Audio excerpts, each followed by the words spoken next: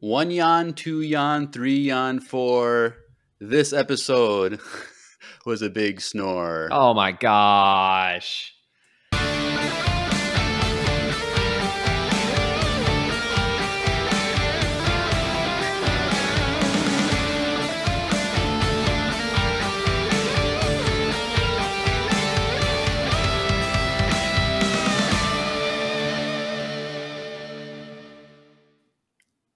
Everyone, welcome back to another Acolyte-tastic episode of Empire Radio. I'm Jeremiah. I'm Andrew. And we are back with That's it. The Acolyte, Season 1, Episode 6, Teach/Corrupt. And that's when Drew would normally push his bum, bum, bum. Or but wah, he wah, is, wah, or depending that on how you felt.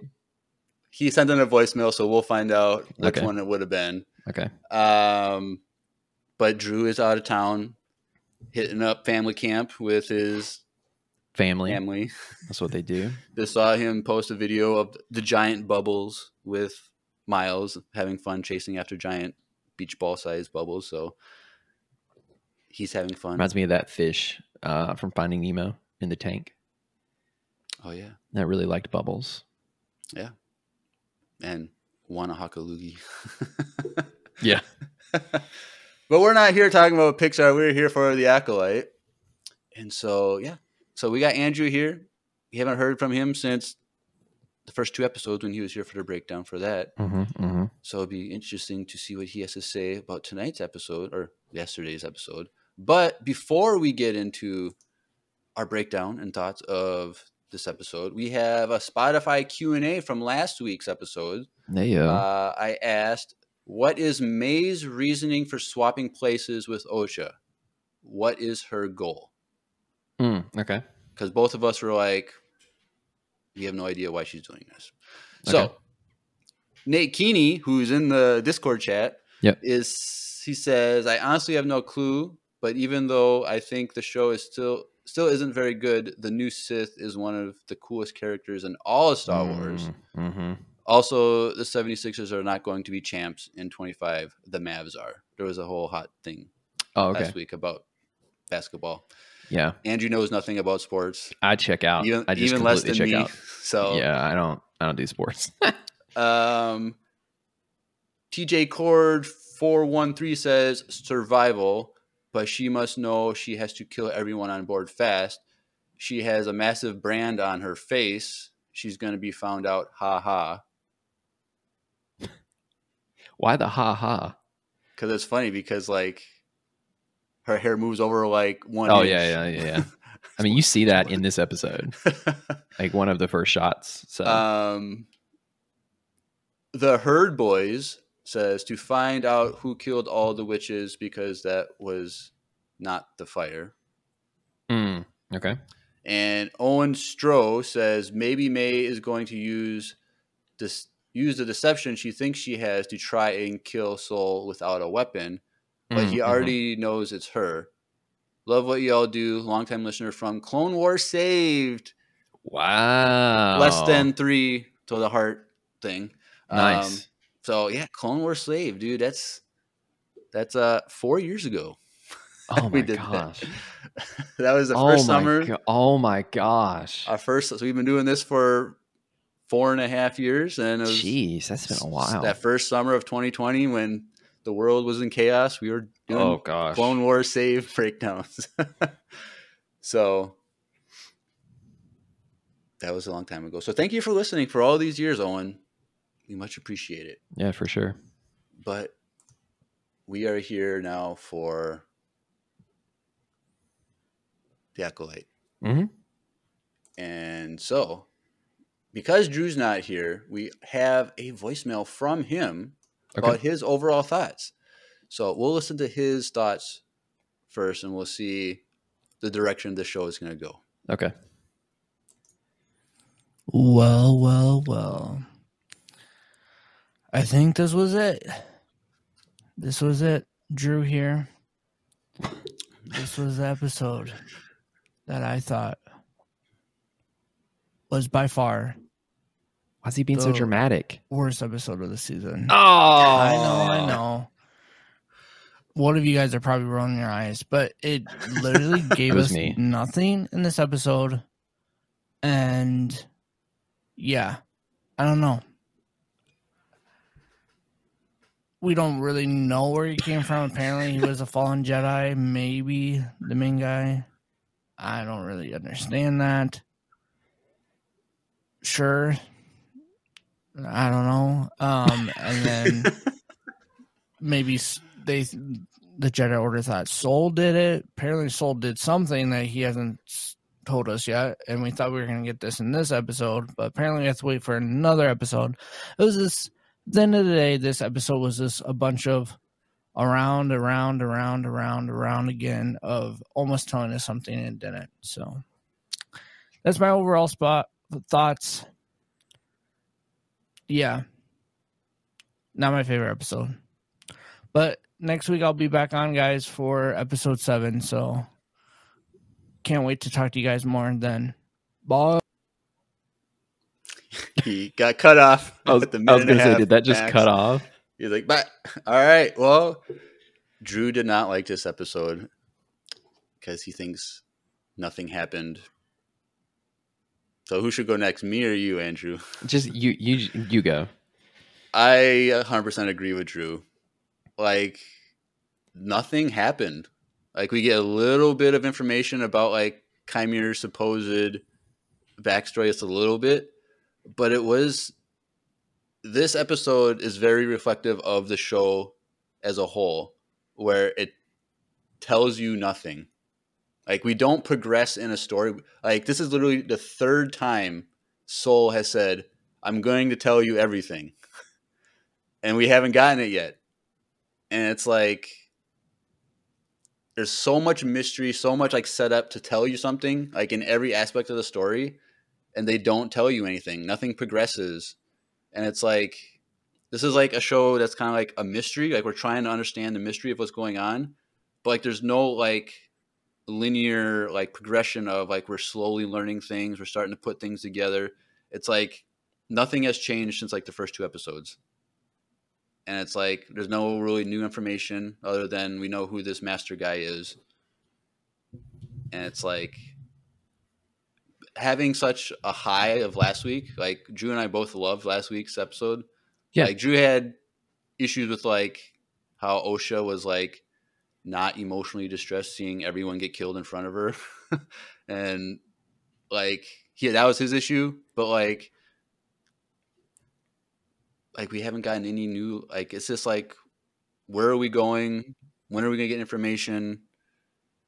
And it's like, we just don't know when we're going to get it. And it's like, this specific episode was like very like cryptic. Like, the things that Chimera was saying was like, you're not even like making any coherent sense on like what you're saying. Like the time like Osha's like, Soul is very strong in the Force, and he's like, that's not his strength, that's your strength. Like, what? What does that even mean, that he's strong in the Force because you have strength? Like, I don't really. There's just so many things I just didn't get about this episode. Like, the highlight of the episode was like those little like elephant bird family. Like, no, they were cool. It's not when he was taking a bath for you. No, and that was a very it was just a weird scene. Like, I knew the whole time that he knew she was watching, like the whole time, but like, it was just a weird, awkward scene. And I don't know. I just don't get what's going on. Like, where's the story? Yeah. So, Andrew, I loved it. Here's the thing. I've already conceded to the fact that I am one of the like 4 people on the planet, maybe even less, that like truly has enjoyed this show from the beginning. Like, is it perfect? No, it's not. It's not perfect, but here's a hot take. Actually, it's not a hot take, because this is my personal opinion. So it's not a hot take. Okay. This is not a broad sweeping statement about Star Wars. For me personally, I Right. have enjoyed this more than Ahsoka. Oh, Yeah. that's a hot take. Yeah. I have personally, and I'm not saying that it is better than Ahsoka for everyone else. I'm not saying that like this is not a reflection of Star Wars as a whole or the fandom or anything. This is Andrew Martin's opinion. I have personally enjoyed this more than Ahsoka. So there's that. There's some context as to how I feel about this show. And like, look, there have been moments where like I haven't enjoyed the acting as much, or like I have things like I still hate how thick the lightsabers are. Like when she was holding that thing up to the stranger. I don't even know how to pronounce his name. This will be Andrew's last episode on the podcast. No, but when she was holding the lightsaber up to his throat, I was like, why is this thing? They're literally doing this to make Galaxy's Edge look better. Because I looked at my lightsaber and I was like, they're the same level of thickness here. But anyways, I personally loved it. I've loved every single part of it so far, for the most part. Really? Yeah. Like of all the episodes, like I mean, last week's was my favorite by far. Well, like I could do a whole episode on just the way he fights. Right. I could, but like I've personally really enjoyed it. So let me ask this: as the series as a whole, like why do you like it so much, especially in comparison to Ahsoka? So I wasn't a huge fan of Thrawn in live action. I like that we were getting him. But I don't like. I'm going to try to not go on a tangent here, but I don't like the Thrawn that has to be bad because he's an antagonist, because he has to lose, because he has to be the evil on the other side. I like the Thrawn who is much more complex, who is the center of a story, because he has always seemed more inherently evil in Rebels and in any other property where he has to be the villain than he ever has in his own books. And I don't think Thrawn is that much of a villain in some respects. So that was another thing. That's just a personal gripe. I also really felt like it was just a continuation of Rebels. I love Baylan. I love that fight scene. There are a lot of things I do love about Ahsoka. Like, I'm not saying I didn't like Ahsoka. I enjoyed it thoroughly.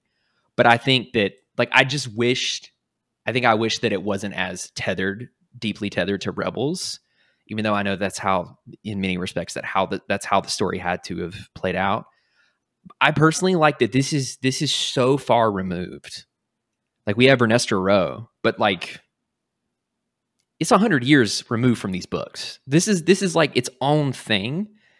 And that's one of the reasons why I like it. Like, it has the elements of Star Wars. It's got the Jedi. It's got Lee Jung Jae, who is just such a fantastic actor. I looked at Micaiah, one of the episodes, I think it might have been last week. I looked at her and I was like, you know, the moment, there's a moment in, everyone's had this moment where they're like watching a movie or a TV show and like one actor just makes all the other ones look bad in a scene.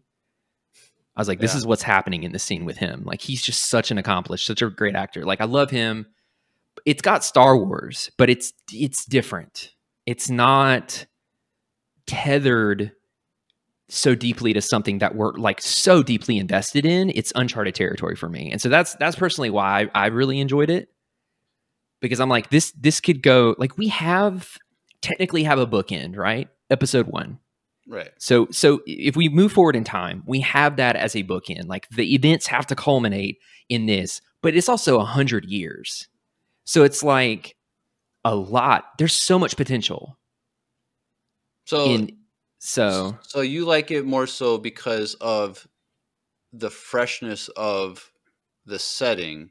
It seems like, of like just like the time period, the aesthetics, like it's not like they have the freedom to do so more of like whatever they want to do. But like, what about the story and writing itself? I think that there have definitely been some moments for me where the writing has not been as strong, but I like the story. I genuinely like the story. I like that we don't know everything. Like, I like that it seems like this show is playing the long game. and we're not going to get everything in the first season. Like there's no way, because we know this is supposed to be like a 2 or 3 season show, and I genuinely think that Leslie Headland is playing the long game, and I think that it's going to be more rewarding when we get there. But like, I have personally left every episode wanting more, wanting to know what happens next. Right. So like, to speak on that specifically, like it's like, I want to know what's happening next because we haven't gotten anything new. Like, there's no like new, every episode we're just left with like nothing for me. Like, it's so weird because I have personally felt like the story has progressed. But it's kind of like, for where we are for an 8 episode season, I feel like we should have been there by episode 3 or 4. But see, that's the thing. I think it's the long game. I don't think we're going to get as much as we think in this first season. No, and I think I get that, but like, we're not like feeling like we're progressing towards like something for me. Kind of, okay. So like, the best way I was thinking about this past week was whatever it was, like last month or whatever it was, when we did the Master and Apprentice book review. Yeah. Like, I really liked that book because it was like a mystery book. Like, sure, it was like the first kind of like long, big story of like Clone Wars. Yeah, we get little mystery arcs here and there, but like, this was like a long game, full book, like mystery. And it's like, no one knew what was going on until the very end. But like, I felt like the whole book, we were moving towards something. We were getting little details here and there. We're getting like, you know, like, here's this like clue, and they kind of follow that clue and it leads to a dead end, or it kind of comes to something new. Like, we're always moving towards something until we got the payoff at the end. But in this series, I feel like we just get a lot of stuff thrown at us, but there's not really any like progression of like we're getting somewhere. Like, I feel like this show was like, what we have is like an early rough draft that they had and then didn't like hone it. Like, there's like a lot of fluff. There's a lot of like very like overtly like episode 4, when they're like walking through the woods, and you know, there's the bug scene where like it's like, oh, it's attracted to the light, and like okay, we get that set up for like, okay, it's foreshadowing, you know, next episode when they're all gonna come. But it's like, it was just very like, we're putting this thing here so that we can do this thing later, rather than like it being, I don't know. It just felt like every single thing is like just there, like an idea that they had, but they didn't really like revise those ideas and like be more intentional with telling a story. Like the writing was just very like, it wasn't honed for me. And like, for this episode, like, I don't really feel like we got a lot to like. I will agree with you. Well, I'll agree with you on that, and we can get into that when we talk about the episode. But I also very much respect where you're coming from. My question, and I'm genuinely curious, my question would be like, what ideally would we be working towards? Like, what would change that for you? I don't know. Like, that's the thing. Like, with this being such a fresh story, like, where they can do whatever they want. Yeah. It's like, I don't know what I want, because like, there is no, like you said, the bookend is episode 1, but that's still 100 years of things that can happen. And so it's like, it's hard to know what I want. Like, honestly, like, I feel like if the story like gave, like, we have like the good guys, the Jedi people, and like that stuff, but I felt like if there was a larger emphasis on telling the opposite side of the story throughout the show, more specifically the this Chimera guy. Yeah. Like, they're overtly hiding what he is and who he is and what he's a part of. Like, sure, you can do that really well, but we don't get that answer till the last episode or something. But it's like, if it was about more so like we're actually seeing him from his perspective conspire, like we see him doing things behind the scenes, like then we can see like, okay, like we're in the know, but these characters don't know what's going on. Yeah. And it's like trying to see it from their perspective of like how there's like two sides to the story where one side they're trying to figure it out, but like we know what's going on, like so we can see them progressing towards a goal of knowing what we already know. And see, I love not knowing. I love that we didn't get that. Because in many ways, for most of this season, we've been experiencing it from Osha or the Jedi's perspective. We know as much as they know. We know as little as they know. And the surprise, though somewhat predictable. I was texting with Tanner like a few weeks back, and I straight up told him, I was like, it's going to be Quimir, because like that's the whole Sith thing. You hide in plain sight. I was like, it's got to be. He quotes part of the Sith code. Like I was hoping it would be, to be fair, predictable, but I was hoping, because I loved his character. He's still one of the best things to happen to Star Wars since Disney took over, and I'll stand by that. But I loved not knowing. Like, I love the chaoticness of the show, because like in some respects for me as a viewer, it feels like I'm like, I don't get any special treatment as a viewer, which can be both a good thing and a bad thing, right? It can be very good depending on the story. But like for me, I've enjoyed being like, I literally have no idea what's going to happen, because they're only giving us what we're experiencing. Like, we have not gotten a single moment of Quimir as the main character behind the scenes by himself. We've gotten it from May's perspective. We've gotten it from Osha's perspective. We've gotten it from Saul's perspective. But he still remains a mystery in multiple ways. And I think that is meant to add to the, like, who is, okay, he has a red lightsaber. We know he can fight. Is he a Sith? We don't know yet. Is he a Knight of Ren? I hope not, but we don't know yet. Like, about the Kylo Ren's theme from last. Yeah. Okay. Yeah. I read a few interviews and stuff, so I picked up on a few different things. But like, for me personally, I love being blindsided by things. I love, like, to me, I want to know so bad that, like, for me, this episode, I agree, not a lot happened. I'll give you that. But this episode had to happen the way that it did in light of last week's episode. In some from my perspective, I feel like it had to happen, because this episode was entirely about developing relationships in very subtle ways. And I think in the grand scheme of things, once we get past season 1, there's going to be a lot more meaning and significance on this time period, but in the lull after what was this big, like, chaotic moment. So I don't know. I think so. Like, I agree with you on that stuff, but it's like, I think it's the execution of it. Okay. So it's like, yes, I actually do enjoy the overall story, but it's the execution that I think is sloppy. And so, like, looking back at the story, like, once the show is done and, 6 months from now, I look back and I can look back and say, like, I enjoyed the story. Yeah. And stuff. But it's like, the execution is what I have an issue with. And it's like, so like, I can do the same thing with,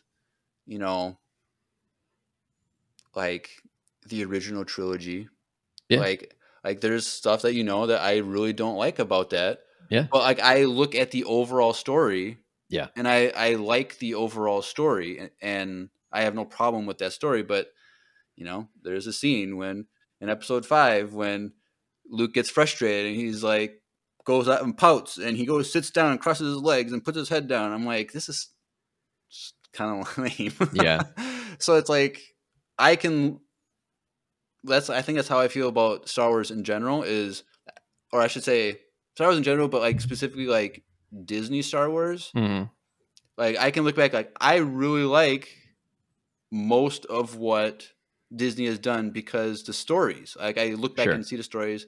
Sure, I can look at the execution of certain stories. Like, sure, the Kenobi series, you know, pacing was kind of weird and Yeah. dragged out a little bit. But that overall story, I'm like, this was a plausible story. Yeah. That could happen, and so nothing crazy like outlandish happened that I don't think could happen. So like I enjoyed that story, and it was a lot of emotional things in that show, and I really liked it. Yeah. So it's like, but like this show is just, I feel like is the hardest for me to see past the execution issues. Yeah. And then like that's fine. Like, and I think a lot of people in their criticisms of the show that I've seen some of them have very valid points. And one of them has been the writing, you know, like, but I don't know. Maybe I'm just like way too easily entertained. But you know, there's a lot of terrible stuff out there for viewing purposes that's just like not good. So like, yeah, when you want to like something in a franchise that you really like, you're just gonna like, I'm just gonna like this because scrolling through TikToks all day is not well, and it's funny too. I actually had a conversation with Tanner about this. Like we were both getting pretty burnt out on Star Wars. Now granted, I still haven't seen Bad Batch. Bro, I did watch it. I did watch Tales of the Empire and loved that. Absolutely loved that. But I have been reading. I've been reading a lot. Like I have gone through an embarrassing amount of Star Wars books this year already. And so much so that like I've run out of, like, I'm stacking books up. I'm not even like putting them up now. I'm like stacking them up because I've run out of space. Right.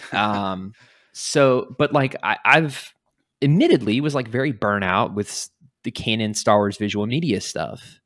Like I loved The Mandalorian, but season 3 was not as good for me personally as the other season, you know? And like, I think if I was being honest, I was hoping for a different story in Kenobi. I enjoyed it. That episode between him when they fight, and I mean, that is still masterpiece in many ways. But like overall, like, you know, I Andor is still just a 100 out of 10 for me. But it's like, we were having this conversation where we were like both feeling like we were just kind of Star Wars'd out because of the earlier pacing of things. We got so much, and then like things didn't get better, and it's been a roller coaster. And now I think part of this is just like we're getting something new that feels different in some respects. Like this definitely has the best combat I've seen since the prequels live action. And I love the world building. I love the characters. I don't know. I get it. It's got flaws, but I have been very excited to see the continuation of the story. And I've been very like frustrated in a positive way when the episode ends. Like I've found and it was the same with Andor. The last show that I had this experience with was Andor, where I was like getting up and being like, why was this so short? Like, what is going to go? Like, I'm so mad that I have to wait a week for this, you know, like, especially after last week's episode. But, you know, I don't know.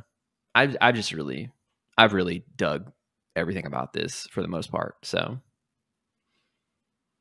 All right. Yeah.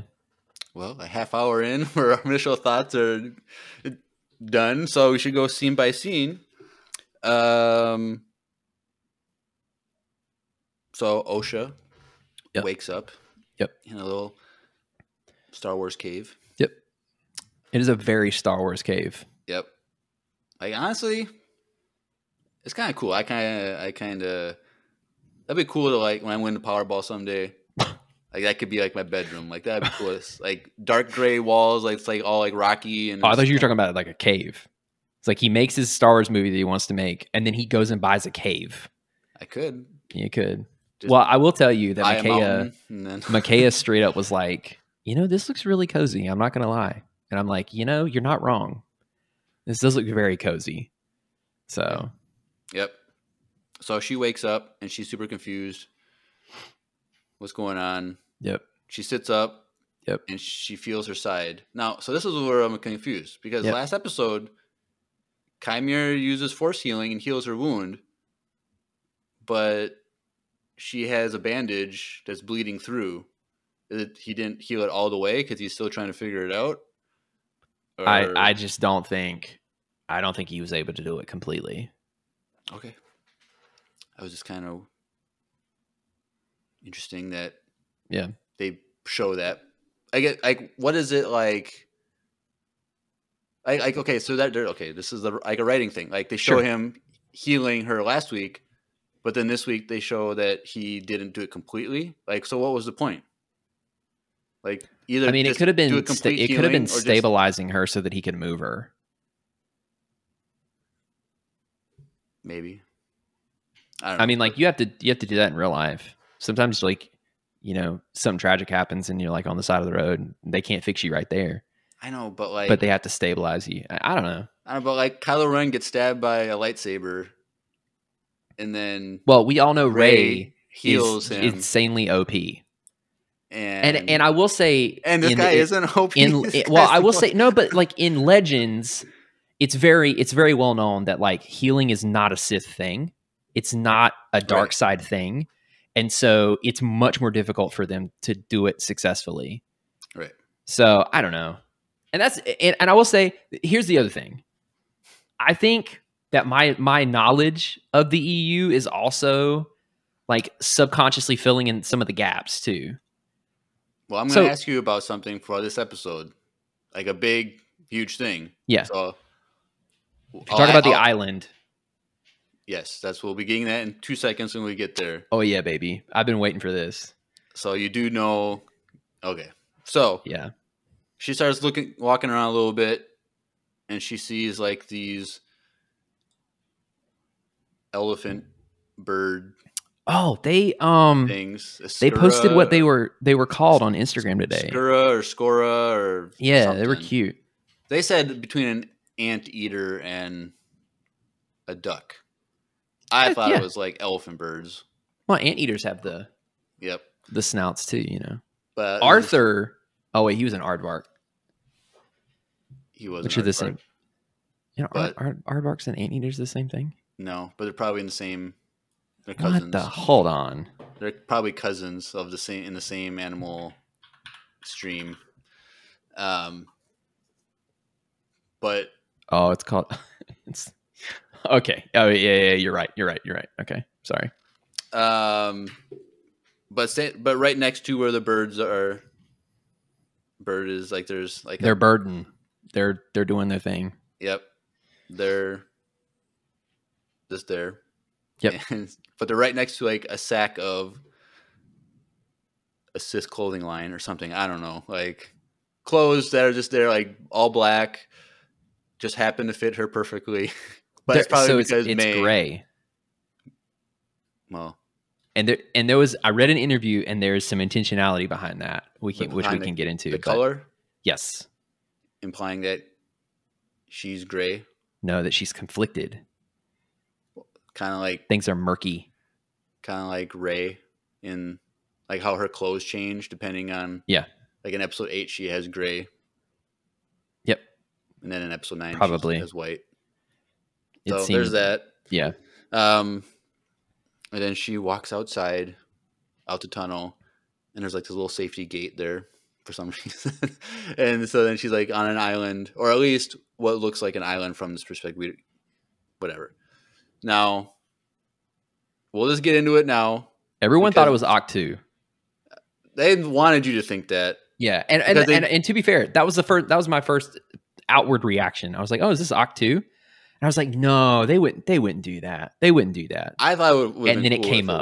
Because then they said unknown planet. Yes.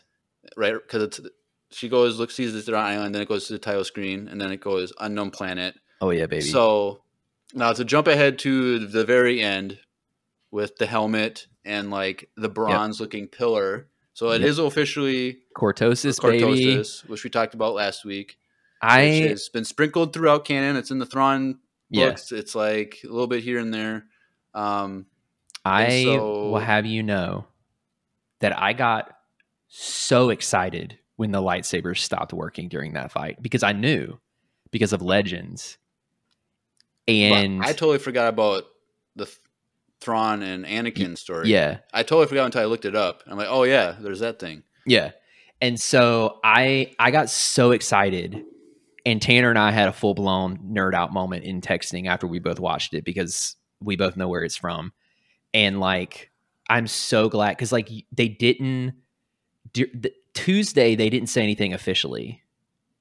And then I think it was confirmed when they released the helmet, the Hasbro Pulse thing, that it was officially Cortosis. And then, of course, in this episode, he says it. And every time it's reaffirmed, I just get so happy. Because, fun fact, Leslie is an EU fan. I have heard that. Yeah, she loves like the Knights of the Old Republic games too. So like, how old is she? Do we know? She's. I can't tell. Like, I don't. I'm at the she's time, not old. I'm at the age where I can't tell if someone is like if you're in between the ages of 25 and 45. Like she's 44. She's 44. Okay. Yeah, she's not old. So, but so what is seemed to be implied in this episode? Yep. That this is the planet from the Plagueis book. Bal Dimnik. That Plagueis and Tenebris hang out on. And it's not just they hang out. This is where Plagueis kills Tenebris. Okay, spoilers. Well, it's at the very beginning. It's at the beginning of the book, so it's, you know, Just, you know. So it's like, so this is then because then they're dealing with they're mining Cortosis on your two. Is that what I saw too? Or you talking about Plagueis? Plagueis, like in the Plagueis book on this planet, like they're doing stuff with Cortosis. He finds a Cortosis vein. It's not a whole mining operation. It's like the two of them and a mining droid. Okay. And the whole point is like when you find a vein of Cortosis, it's like the gold rush in the early United States. It's like you didn't want to share the information because it was very lucrative. So then this is the question of why is Chimere here and how is he relating to Tenebris / Plagueis? Yeah. Some people are theorizing that Tenebris his species is being recast, that they're not going to go with a Bith and that it's actually this guy. Oh, I hadn't heard that. I could see that. Or maybe he ends up being Chimere is the master of Tenebris, or maybe he is. So my theory. Well, we're gonna get into this, but my theory is that Chimere was an apprentice to the Sith apprentice, and that he failed, and the apprentice just threw him offside because when he has the scar talk on his back, when they're talking about the scar, yeah, he doesn't say it was his Jedi master. Yes. He doesn't answer. Yes. And so it implies that he has a dark side master. Have you also heard the theory that he was Padawan to Vernestra Rwoh? I did not hear that, but I was thinking and he got, because of the shape of the scar, it was from her whip. That's what I was thinking. And there's so much potential for this story. So it's like, because she's very adamant from that first episode or second episode or whatever it was. Yeah, I think she knows something. That because they're like, who is this? Like, what? And she's like, no, it was definitely a Jedi that trained. The master definitely was a Jedi. She knows. She knows. She could see in May something that she was familiar with.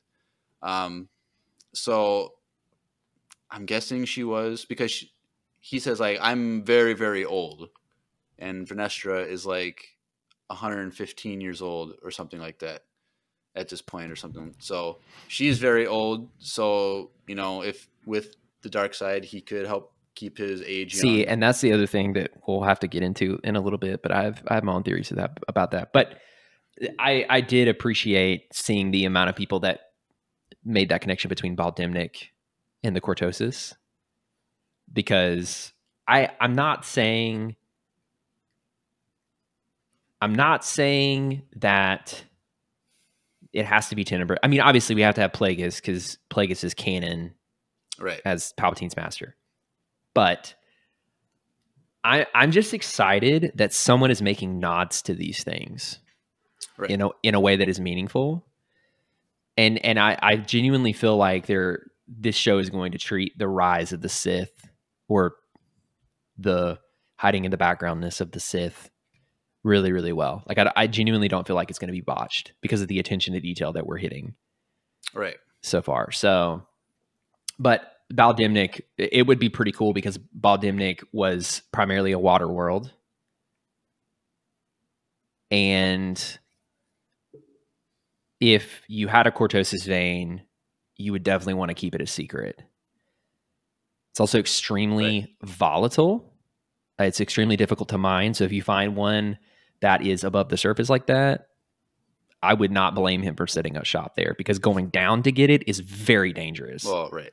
So all mining is dangerous. Yeah. So that's the kind of the big theories out there going around. But it's still like, who is he in relation to the Sith? That's the big question. Yeah. Like I said, my theory is that he was a cast aside apprentice of a Sith apprentice. But because like this is so the line from last week, he's like, the Jedi would call me Sith. Yeah. Implying that I'm not actually Sith, but it's just what you'd call me. I just really But I hope- also do see the very strong argument that the scar could be from the light whip yeah. from Vernestra. I just really hope that he's not a Knight of Ren. I know that Kylo's theme was there. That's a very intentional choice. I know, and she said in an interview that it was there, and there is a connection there, and we're gonna find out at some point. I wonder, But, if like- is it just a connection to both? That I he's don't know. I really hope he's dual not a Knight of Ren. citizenship. I don't know. Like I want the Sith. Okay, I know. I I just know you do, but I'm just saying. I know. You love Plagueis, the book Plagueis, so Yes. much, but if they don't do this stuff correctly and it ruins like that story for you, you're gonna be no. really angry. Dude, no. Here's the thing. You don't have to. I don't have to have Plagueis. Okay. I just want the Sith. Okay. I don't want. And I'm glad the witches weren't a main theme. I don't want them. Okay. No disrespect to the witches. Okay. They're great in their own right. Okay. But like, who is the most developed and underutilized and underexplored group in all of Star Wars in canon? It's the Sith. Well, I was gonna say the Babu Frick species. Okay, well, but- sure, but like in terms of like the main players in the guy, Yeah. it's the Sith. It's the Sith. And one of the reasons why I like the Expanded Universe book so much is because there's entire books that focus on Sith culture and like Right. main characters, and I'm like, this is so freaking cool. Right. Like, and all I'm saying is like, I don't care, literally, and I can't believe I'm saying this. I don't care what the story is, as long as it's good, and as long as it's the actual Sith. Like, show me the rule of two. Show me like them hiding in the background and making plans and stuff. That's all I want. If this whole thing is a freaking Knight of Ren thing, I'm gonna rage quit Star Wars. Oh no! Don't say that. Like, There's too much good stuff. Do not tie this into the sequels.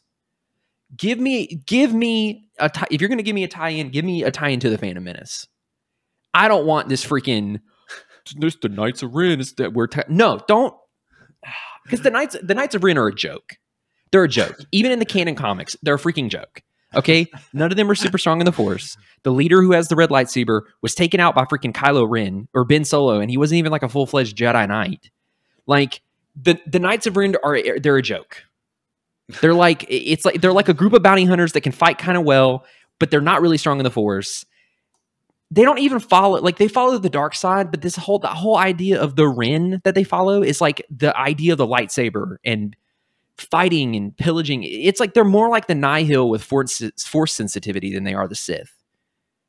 I'm like, don't. Nihil are a great villain, though. So. No, they are unequivocally. But like what I'm saying is like, give me the real thing. I don't want the Wish.com Sith. I want the real, like we've been hiding for centuries since Darth Bane. Like we're making plans, we're scheming, we're doing stuff in the back. Like give me that. I get it. I get it. Sorry, I'm not saying it at you. I know. I'm more so projecting this somehow through the Force to Star Wars, to Lucasfilm. I'm just saying though, how much you loved Plagueis book. If this show like continues multiple seasons and it goes up to episode 1, Sure. and they focus on Plagueis and Tenebrith, and they botch that story, I feel like you're gonna get really upset because like look how you look at the sequel trilogy. Sure. In comparison to what you got in the EU from that time period. Yeah. And how I much will like say, that contrast makes you very upset. I will tell you, and I say this with all of my being, I don't know how upset I would truly be unless they really just like drop the ball. Like if they give us a really good story, a good try, like I can still go read Plagueis if I want to. Like it doesn't have to be Plagueis. But like as long as they honor the lineage of the Sith to Palpatine, I'm good. Like if Plagueis comes into play, obviously, you know, he was very fleshed out in the novel. I can't remember if we said this when you were on for like the first 2 episodes or if it was like in another episode breakdown, but I feel like if they bring Tenebrous in, they will do a species recast because I don't think it's it would be difficult. This is the Sith Lord Master and it's a Bith. Like I will say that like any imagery of him, like obviously in the book he's really intimidating because you're experiencing it from Plagueis, who like has respect for him as a dark, you know, as the Lord of the Sith and his master and all these things. But like anytime I see imagery of him, like fan art and stuff, I'm like, this looks so stupid. Like, but you know, I don't know. I just kind of like have this idea that like the Cantina band only got in the Jabba's palace because like Tenebrous like forced the Hutts to like, this is my nephew, okay? This is his band. Let him in.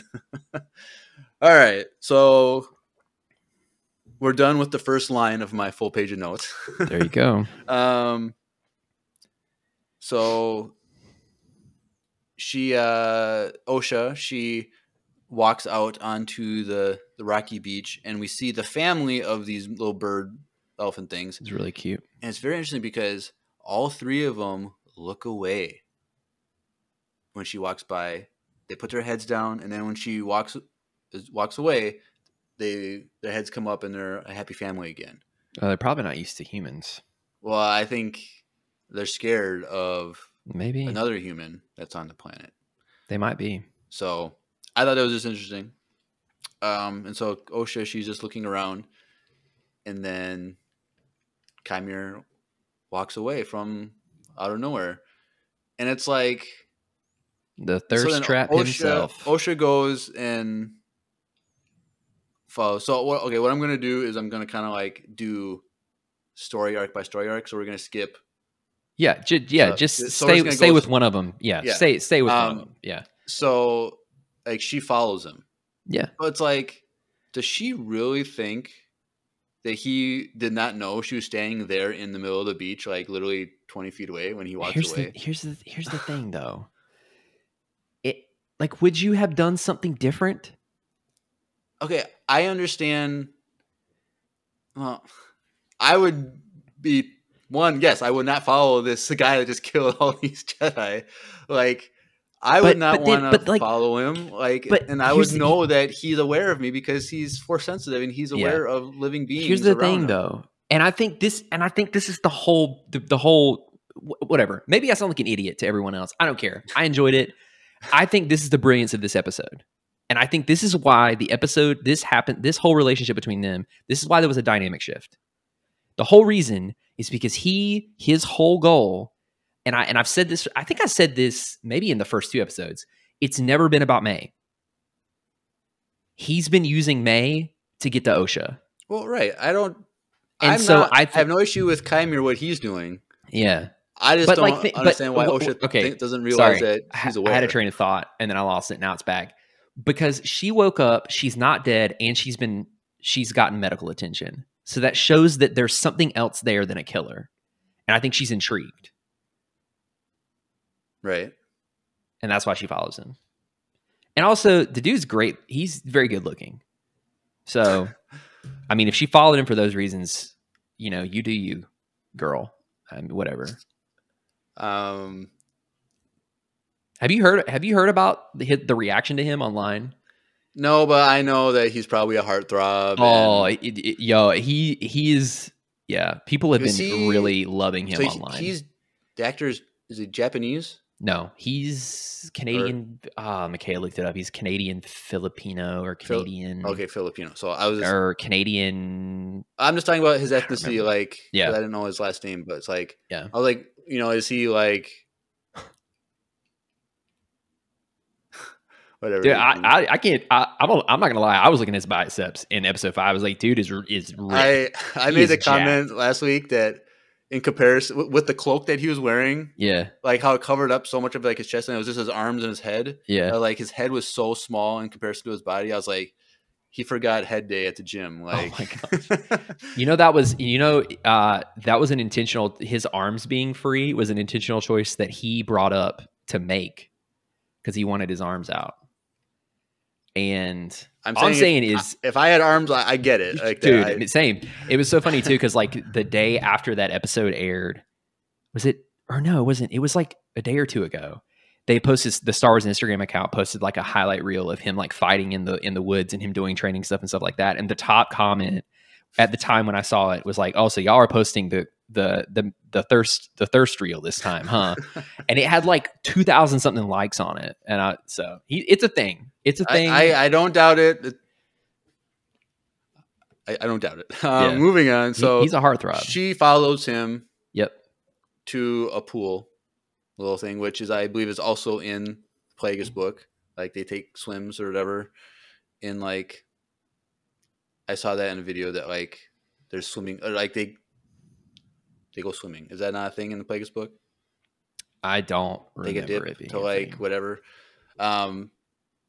So he's in there swimming. Oh, maybe they do to get to or bathing or whatever. And Osha is following. So he family podcast. He disrobes to go. Well, you don't see anything. I know. I'm just saying. We've never had a scene like this in Star Wars. He takes a bath. Fill in the gaps. He takes a bath. And he goes out there, and she's sneaking around and sees his lightsaber, and she's like, "I got this." And so as she's approaching it, it goes to his face, who his back is turned. Yeah, and he kind of like turns a little bit, eyes back, and puts a little smirk. So like this whole time we knew he was doing this intentionally. Yeah, but like seeing him do that, like I enjoyed that he did that, like the little like I got her. Oh yeah, okay, type of thing. Yeah. And then he's just basically like, how does it feel? Is it you like how it feels in your hand? And he's like, you got a really good stance, but raise your arm back. And me, when I saw her stance, who do you think I immediately thought of? Because she copies someone's stance. Your boy, Qui-Gon Jinn, the little baseball bat stance. Oh, yeah. He's the only one that we ever seen it, except for like Obi-Wan, who like copies it against Maul. Yeah. So like it was just very interesting seeing her do Qui-Gon's stance.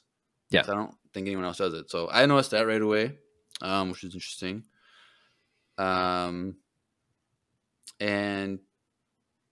he's like something along the lines of like, oh, you are going to kill me? I'm unarmed. And, you know, he has this line, you know, it's justified in the heat of battle, but a few hours later, with the passing of time, it's vengeance. Yep. So like, he's like saying like, how is it okay in either situation? He's muddying the waters. But it's just like very like, okay. Like it's just these modern, like it's just like in all the debates that people have in the world today, like it's just always like weird like comparisons like this that I just don't think are helpful. like it's, I guess you're right in the heat of battle, it's self-defense, but after the fact, it's murder, like, I guess. But it's just like, okay. And he's like, you're probably wondering how I can read your mind. And he's like, well, I can't. I just sense whatever type of, like, whatever. Yeah, he said your anger betrays you. Yeah. And then he talks about Soul a little bit. And like, this is where I was also kind of confused, because it's like, you know, he trained you in the ways of the Jedi, but he has a line that, but he was more than that. Yeah. But like, more than, like, what is, she saw him as her father. So it went past the master and apprentice relationship. And for her, after losing her family at a relatively young age, she I think internally adopted him as her father. I could see that, but then like the next line is, there's a unique relationship between a master and apprentice. So it's like he makes that line that he was more than that, but then reverts back to the master apprentice. I think what he's implying is that the master and apprentice relationship was what was able to set that up. Maybe. He's like, you thought of him as more, didn't you? Yeah, the master and apprentice relationship is truly a unique thing. You know, like, he's kind of doing that. Like, I know, but I'm not going to outright say that I know. But it's like that. Literally, the same topic came up in the Master Apprentice book, where it's like the master and apprentice have a unique relationship. Sure, but like we didn't. All I'm saying is, I think that there's a lot of subtleties at play in this episode. A lot of subtleties that really, whether it's right or wrong to rely on those for storytelling, I think that if you look for them, they can do a lot to frame what's going on. I enjoy those subtleties in storytelling, but I feel like the writing,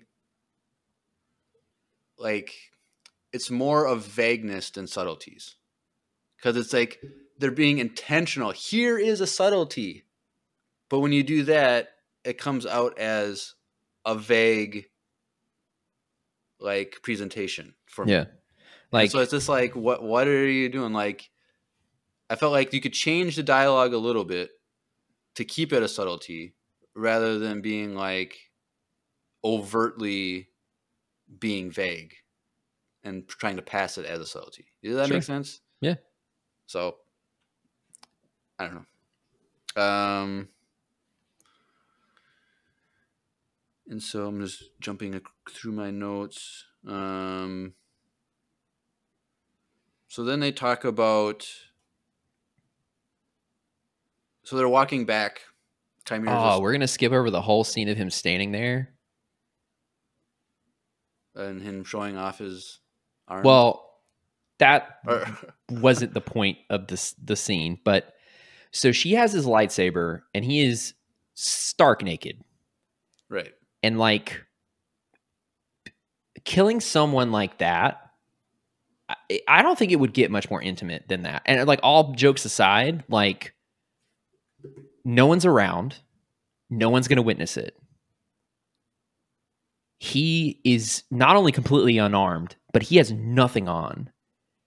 And if she were, I feel like that moment would have been such an intimate moment of murder for her. And I think it was very intentional that he offered that to her. In stark contrast to last week, where he was just killing people left and right. Like, you have a character that went from murdering people very efficiently and looking very cool doing it, mind you, to all of a sudden now he's completely opening himself up to be stricken down. And the whole point of this is to show that there's more to him, and to show us that there's more to him than just a ruthless killer. And I think it's helping. Well, I think it's helping to set up Osha to see more of what he's trying to say, rather than completely block it out because she was indoctrinated by the Jedi. Right. I get that, but I don't think he I think he's being deceptive. Like he's Yeah. trying to deceive her. Yeah. So like he's not actually has a second side where he has good in him. No. He's just playing like Palpatine being a senator and chancellor. Yeah. Like he's just lying to her about his niceness. Right. But it has to be a really good lie. But what were you saying though? It seemed like you're implying that he's more gray. No. I just think that he is trying to show her that there is something different. There's something more to him rather than just a ruthless killer. And I think but that is a lie that he's consciously lying about. That's what I'm trying to he's trying to show her that though. Like he's trying to lie. Okay. He's trying to give her the opportunity, like he's trying to disarm her. But also, I also would really enjoy if he wasn't all dark. Like he doesn't need to be a Jedi or a light force user, but if he was more gray, I think it would add to the complexity of his character. So either way, I thought it was a cool moment. I don't know. I get what you're saying, but it was just awkward. Oh, like sure. That's like the execution thing I'm talking about. Like a scene like that, the way you described it, like can be executed in a way that isn't awkward. But for me, like maybe if it wasn't like high noon, sun shining down on him, like it was bright. Like maybe if it was like sunrise and it was like the orange like light all over the place and it was more like that, maybe like it would have felt different to me.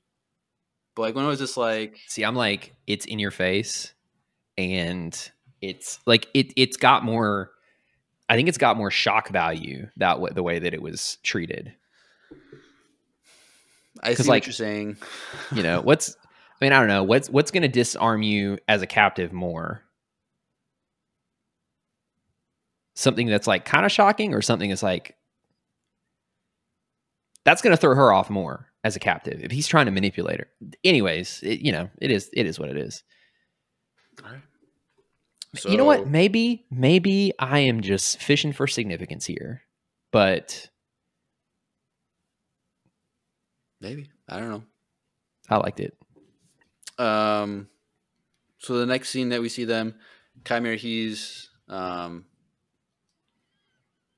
okay. I should say, going back before he got out of the water, he had on all black. No, I was gonna say when he's sitting in the water and she's standing with the lightsaber, he's like, "Unless you're gonna join me, can I go put my clothes on?" That was kind of funny. Kind of like his line last week was like, "So I was like, why would you risk discovery?" He's like, "Well, I had a mask on." Yeah. So he has those funny jokes that I enjoy. Yeah. But so later on, he's like kind of like walking back to the cave, and she's following. You do notice that he changes clothes. I don't. So know. He had all black on when he went into the water, and when he came out, he was wearing a much more like beige, like lighter color outfit. Was that just the under? No, shirt. He didn't have an undershirt on. When you see him walk into the pool, it was just a vest. He was shirtless underneath the black vest. Where did he get the second change of clothes? He just brought a change because he was bathing. He brought a change of clothes. Did he have a bag on him? Yeah, he had a bag with him when he walked over there. Oh, yeah.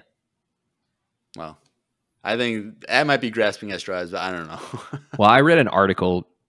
I read an interview where she said it was intentional that he changed the color of his clothes because I just don't like how after every episode she just like explains every single thing. Like there's a lot of people. It's not landing for a lot of people. It's not what? It's not landing. Like there are people that don't understand what she's trying to go for, and so for me, it's been helpful. But like I feel like that takes away from the interpretive side of Star Wars. Well, people are interpreting it pretty poorly. But it's like Dave Filoni doesn't have to do that. Like George Yeah, Lucas but like didn't we're have more do used that. to the Filoni verse than we are this. This But I'm is saying, really like, uncharted territory. But I'm saying, like, they didn't have to do that because we can interpret it and figure it out on our own. But if you have to go out and explain people what you're doing, then Well, that it's means interesting too the because like writing all and the stuff execution that is not that great. well, it's funny because like when I read stuff in those interviews, I'm like, yeah, this is what I was thinking. But I don't know. I just don't think. This has also been the most divisive show. But so. I feel like her coming out and having to explain everything is a disservice to, or it shows that the execution writing is not that great if she has to come on and explain it to I you. will say that the ones that I've read have not been her going out of her way to explain things. A lot of them have been the people interviewing her have thought the same things and been like, is this what you were trying to do? Because I think this is what you were trying to do. And then she confirms it. More so than her being like, here's what I meant. Here's me coming clean so everyone knows. Like, Okay. you know. Well, it's just weird because like we don't see those same interviews with Dave Filoni after an episode. Like it's just weird. That's like that's a thing. I feel like it's damage control, like a lot, which I don't know. Maybe, but they're walking along the beach, and he says that he was a Jedi a long time ago. And Osha's like, I don't recognize you. Which I'm like, okay, first of all, there's 10,000 Jedi probably at this point, or more, or approximately. Like, you didn't know everyone. Yeah. So, because you were just a kid in Padawan, like, you didn't know everyone that was already a master or whatever. So I was like, I thought that was kind of weird. But he's like, well, it was a long time ago, like implying before she ever came on the scene, which would have been. And I will say, not to sound like a broken years. record, in an interview, she did say that that was significant and that we should keep it in the back of our minds moving forward. That line. All right. Like, I don't doubt that these things matter, but well, like, what I'm saying is like this is one of the things that I've seen since the episode aired last night that has been widely theorized about. And I think one of the questions that I've seen is like, is it even that important? Or is it just that he's just older than her? You know what I'm saying? So to have the creator of the show to come out and say like, no, this is a significant thing. It means that there's something more to him just being the age that he is. All right. You know, like he's either learned essence transfer or he's using some dark arcane sorcery to prolong his life, and you know, which would make sense if he has to teach it to Plagueis. You know, I don't know. Which Tenebrous doesn't really teach Plagueis that. Plagueis kind of figures that out on his own. But right. Anyways. And so May is like, you know, Soul was able to find me before, and he's going to come and find me and save me. And he's very strong in the Force. Like, and this is that line that just didn't make sense to me. Is like his strength is not his strength. It's actually your strength. I don't know what that means. Like, he's strong in the Force because you have strength in the Force? Is that like I wonder if what he was, and I don't know. I wonder if what he was implying though is like his ability to find her isn't his strength in the Force, but she's strong enough in the Force that he can sense her. Maybe. Because I'm trying to look. So later on, to be fair, I don't have an explanation for that line. That was one that I was like, I guess we'll find out. So, because later on, when they're talking, which is kind of like, I guess, one of the next things that comes up anyway, but he lists anger, fear, loss, and desire are these subconscious emotions that can help you use the Force. Mm-hmm. And it's like, is it anger, fear, loss, and desire that Soul has that caused him to embrace the dark side because he feared for like losing Osha, that's why he turned to the dark side, and that's why he had to like hold himself back and realize like last episode? Like, is that? Oh yeah. Is it like his strength is coming from his anger, fear, and loss and desire in It could relation be. to? It could be. That could be it. That's actually a really good point. It could be. I don't know. And so That would actually make a lot more sense than what I was saying. Yeah, that's good. Well, I'll text Leslie and see if that's what she meant. Okay. See ever confirm or deny. Great. But he's like, then because they're going by, because like they got the main island, and then like a little off the island there's another island where he has his ship. And he's like, well, the sun's gonna be down in a few hours, so you better start swimming. Which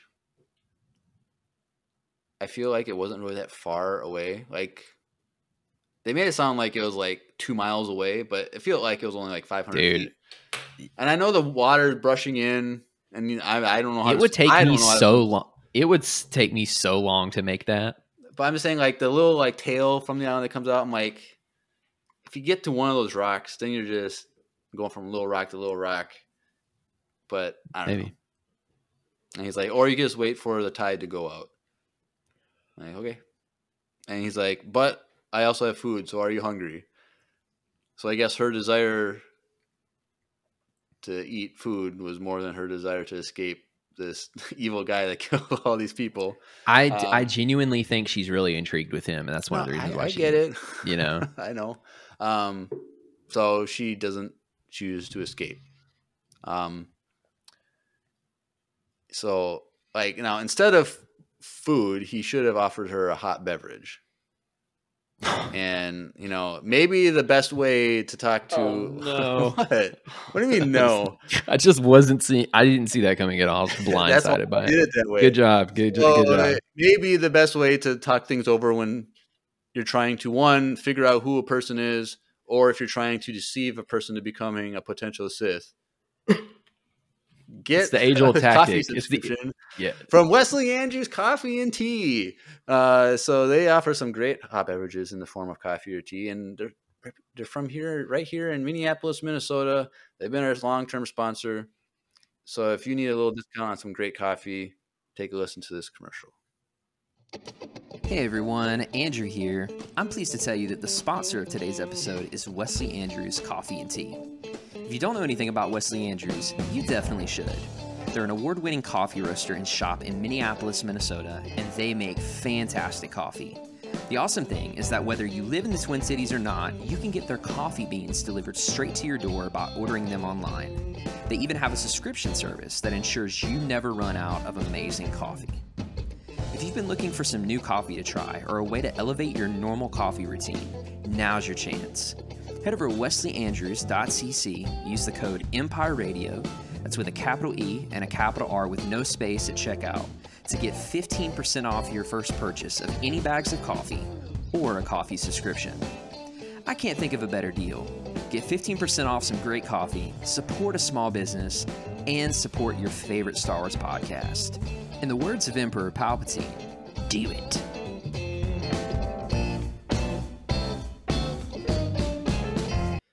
Do it. Do it. All right. Cool. Get to it. Yep. So, they were having dinner. Yep. So they walk back in, and we see the bird family again. They're just hanging out. And so Osha makes the claim that, strength comes from practice.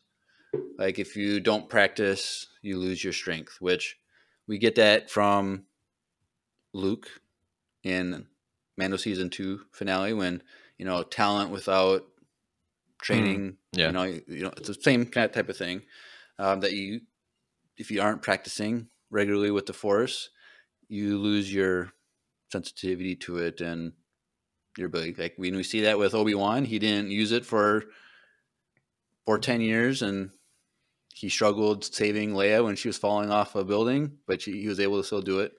What? It simultaneously makes complete sense and is also very strange. Why? Oh, it's just because that's not the way it was handled in some instances in the EU. But it's just a different. It's just and look. It's just a different interpretation. Okay, that's why I said it makes complete sense. Like if you don't work out for, or if you go like so let's say you're a runner and you don't run for 6 months, and then you're like, I'm gonna go run a mile at my normal speed. You're gonna die. You know. So I get it. It's like when I don't practice guitar for a week and I go back, I have to warm up. You know, because like my fingers are rusty. But at the other end of the spectrum in the EU, it's like something, your strength never really goes away. You just don't know how to use it. So anyways, it doesn't matter. But Kymir then says there are other ways to access that strength. And so he says, I forget exactly how he worded, but it's like there's some subconscious emotions or something like that. And then he lists what I said earlier: anger, fear, loss, and desire.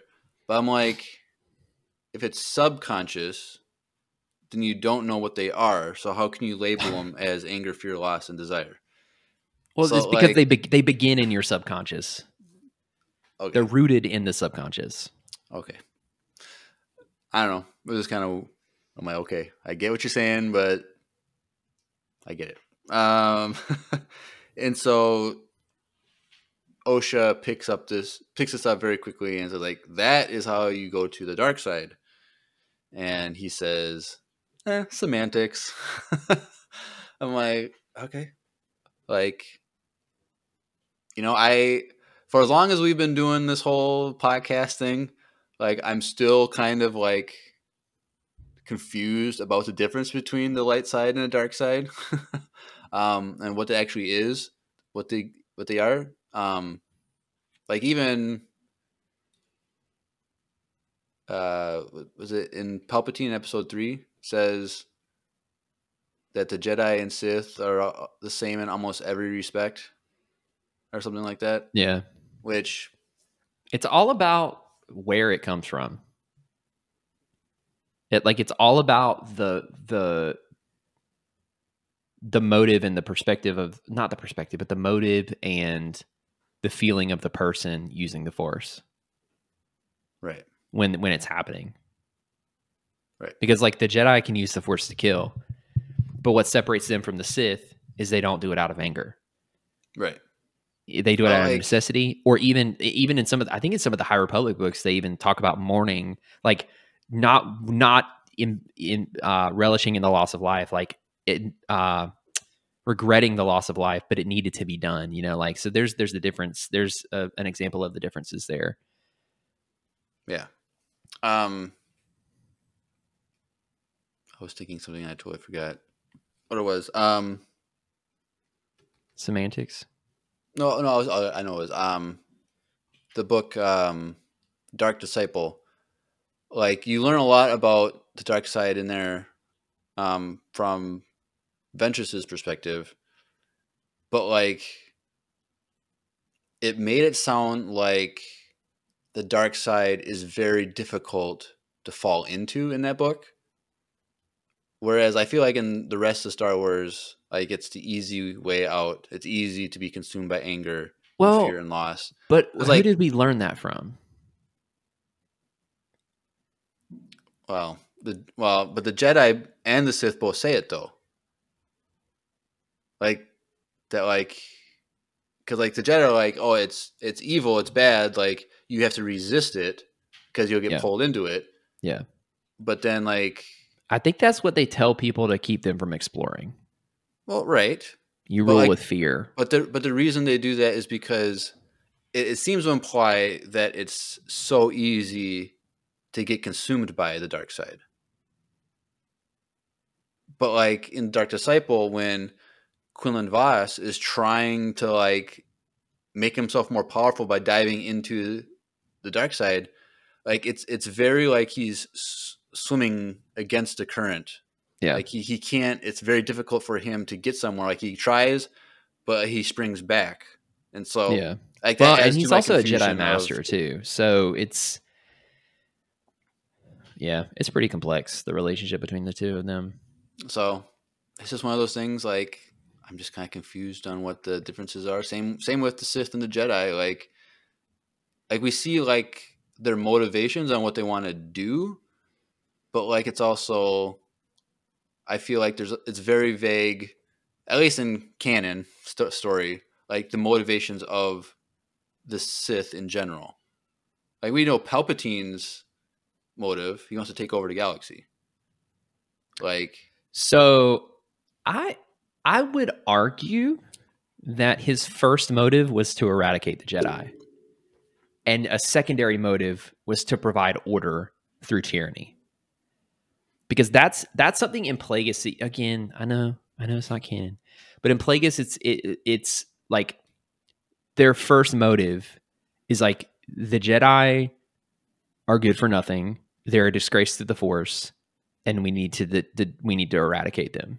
And then we need to, because of the galaxy is so chaotic and so messed up, we need to impose our own form of order through like iron-fisted rule on these people, because they don't really know how bad it is until we show them how good it can be under that rule. And it's interesting because like the Sith ideology in some ways is like, it's kind of like Thanos in the sense where like, yeah, what he's doing in those movies is like really messed up, but he also kind of has a point, you know? Yeah.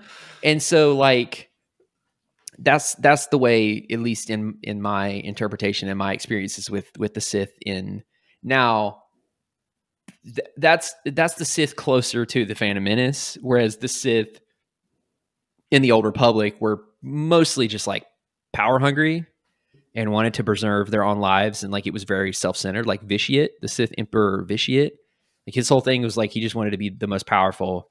He wanted to rule over everyone else because he genuinely thought they were inferior, and he wanted to live forever. And so like it ranges, but I think the rule of 2 era Sith, like their whole thing was like, we really need to get rid of the Jedi because they're not good for anyone. And we also just inherently hate them because of the way that they view the Force. So this is what happens when you write a story that is simple enough where it's just good versus evil, and then you expand on it for 40 years. Right. Because like that doesn't, like the good, they're the bad guys, they're the good. Like all of a sudden that gets very complicated. Right. So that's what we're dealing with here. I just learned this like a couple months ago, but there's a deleted scene from A New Hope, like the meeting room where Tarkin was like, Vader, release him, like that scene. The deleted scene, like one of the people there refers to Vader as a Sith Lord. Like he uses the word Sith. Really? I didn't know that word was in George Lucas's mind in the 70s. I thought that was more of like, I always knew that he always had that. Like, the word Sith used like in the books from like the 90s and stuff, like the EU stuff? Or is this the first time we get the word Sith in canon episode 1? I really don't know. I know that like, especially in the Thrawn, I don't know if Timothy Zahn uses it in the EU Thrawn trilogy, because like in that era, it was like, it was just the Emperor. Like, it was just the Emperor and Vader. So like they didn't need to reference them as something else. Right. Like their evilness spoke for itself in some instances. So like, I don't know. I actually don't know. Because again, like the EU stuff really started with post Return of the Jedi. It wasn't the whole like prequels and before wasn't really expanded upon until a little bit later. So right. That is really interesting. I should figure that out. I'm gonna do some research. All right, cool. Yeah. All right. So he lists those subconscious things. She says dark side, he says semantics. Wait. What? I think it is. Is what? I think it's in the novelization of A New Hope. Oh. I think Darth Vader is referred to as a Sith Lord, by himself and in the narration. And the novelization of A New Hope was written by George Lucas. Right. I'll check that, but now that because I started reading through that, I'm pretty sure that Sith is used. That'd be cool if it was. Yeah. Anyways, sorry. Anyways, and so Osha goes on this thing like, you killed my friends, all this stuff. And she kind of ends with, you killed Jecki. And he makes this thing like, but that's just like a one-sided relationship.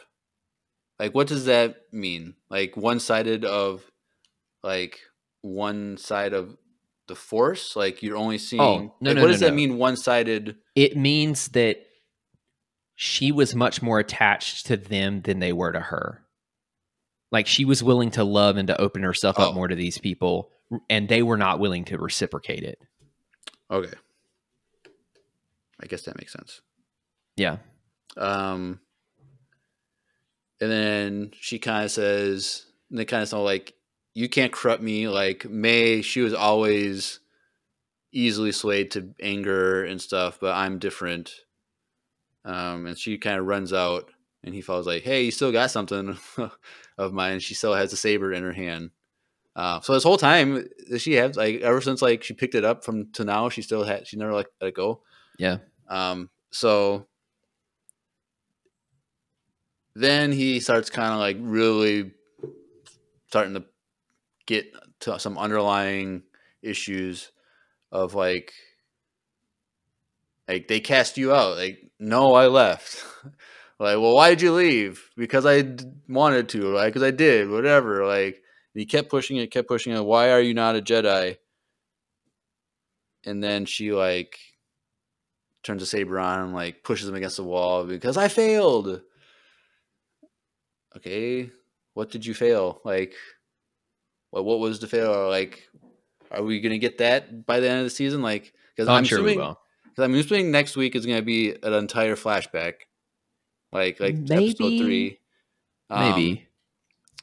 But like, are we gonna see then a flashback from?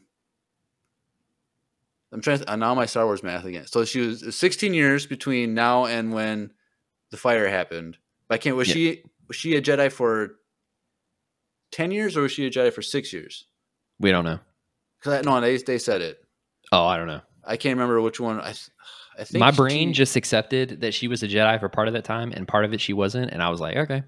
Yeah, I feel like she was there for 10 years, and so she left 6 years ago. Maybe. So I wonder, are we gonna get a flashback to when she left? But I feel Possibly. I feel like that's a whole, like, her failing and wanting to leave it. That's a whole story that you can't flesh out in like even this one episode. Like you literally have maybe it's 5 seasons. Maybe it's not a flashback. But maybe she just tells it. Like, that would even be like, I feel like even worse. Like, she just states the story, and it's just like we're supposed to, I don't know. It's like you look at why Ahsoka left. Well, that's 5 seasons to get to that point. Like, sure. To understand why she leaves. Like, you can't explain her story in just a conversation between 2 people in 5-minute scene. Like, so like, I want to know how they're gonna explain that. And Chimera then says that when you something along the like once you lose everything, that's when you're free. Which I feel it's almost like the Jedi's no attachment clause. Like, it's the same thing. Like one here, it's like you literally don't have anything, therefore you're free. Whereas with the Jedi, it's you have these things, but just don't be attached, and that's when you're free. But it's like the same. Is it the same thing, kind of? But like, I don't know. He also wants an acolyte, so then he hasn't lost everything. So is he no longer free if he gets an acolyte? Like, I think that we're overthinking that line. I don't know, but it's like it has to have a meaning. But like, how does that meaning apply to what's actually happened and what he's actually doing? So like, I think what he means is like she's free to rebuild. Because everyone she knows is dead. Like, well, I mean, she doesn't have any attachments to hold her back anymore. She can like fully embrace who she's supposed to be. Right. Because like she wouldn't fully divulge into those things as long as she was tied to Soul. Because she thought of him as too much of a father figure. She was worried about what he thinks of her. You know, so I don't know. I don't know. It in a weird way, it like clicked when he said that. I was like, yeah, okay. Like it made sense to me, I guess. But yeah. So then later we go back into the cave and he's working on his mask. It's weird that like the mask the cortosis is strong against lightsabers, but he can use like a little welder to like melt it and put it back together. Like, I don't know. Is it that easy? I don't know. So, well, I read somewhere that cortosis can be very brittle. Like it's not like he uses it as armor and obviously for other things, which we find out later in the episode, but like it's not.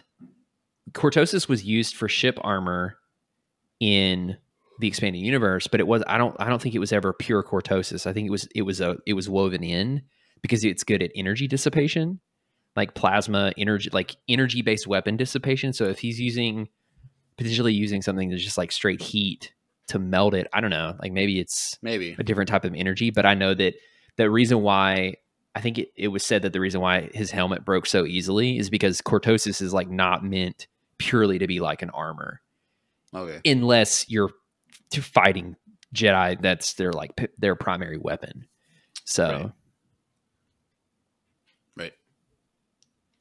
So I think this is when Osha asked, you know, what do you want? Like, what is your goal type of thing? And he says like, I just want the power of 2. Which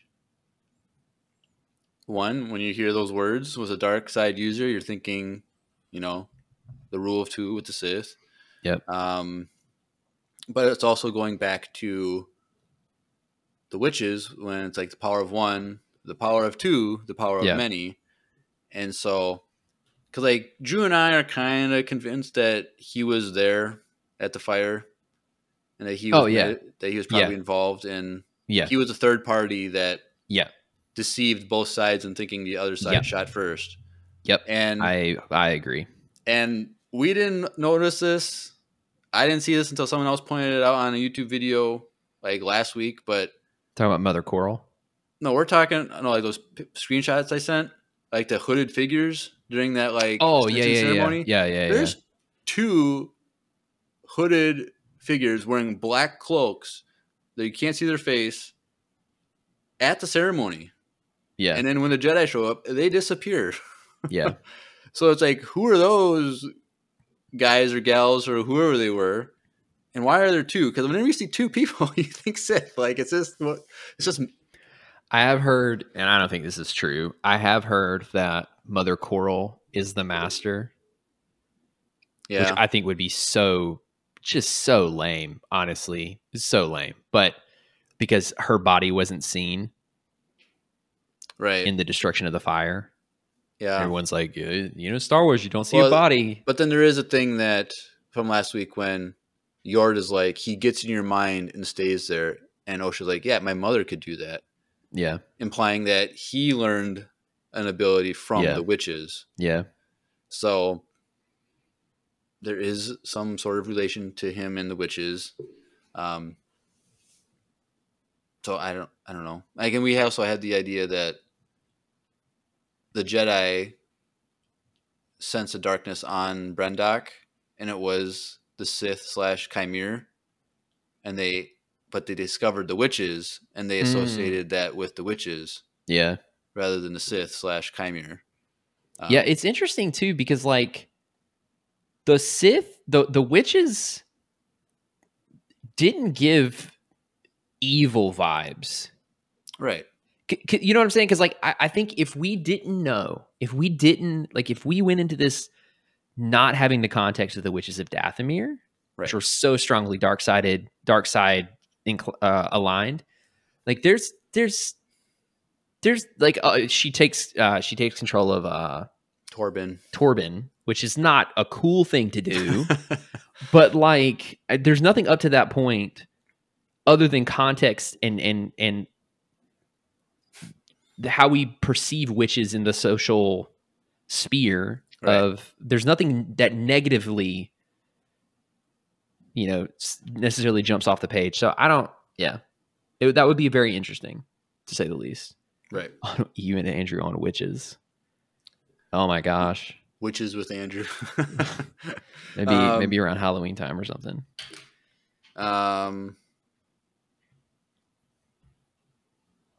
And so then we see, so earlier on in the episode when he disrobes, we see the scar on his back. Yep. And then here when he's working on a thing, he leans forward and like his shirt goes up and you see the scars. And she asks about, You want to know The how I got scars. these scars?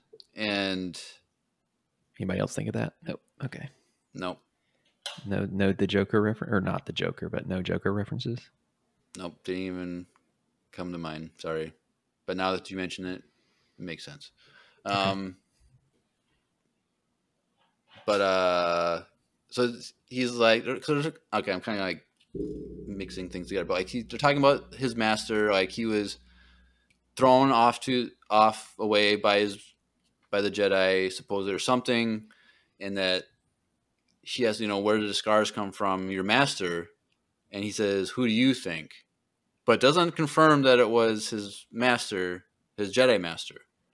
Yeah. So it's like, one, okay, that made me think that if he was thrown away by a dark side user that was his master, then that would mean that he was like a failed Sith apprentice of some sort. But if he's not a Sith, like, could he have been like the actual apprentice and he was thrown off to the side?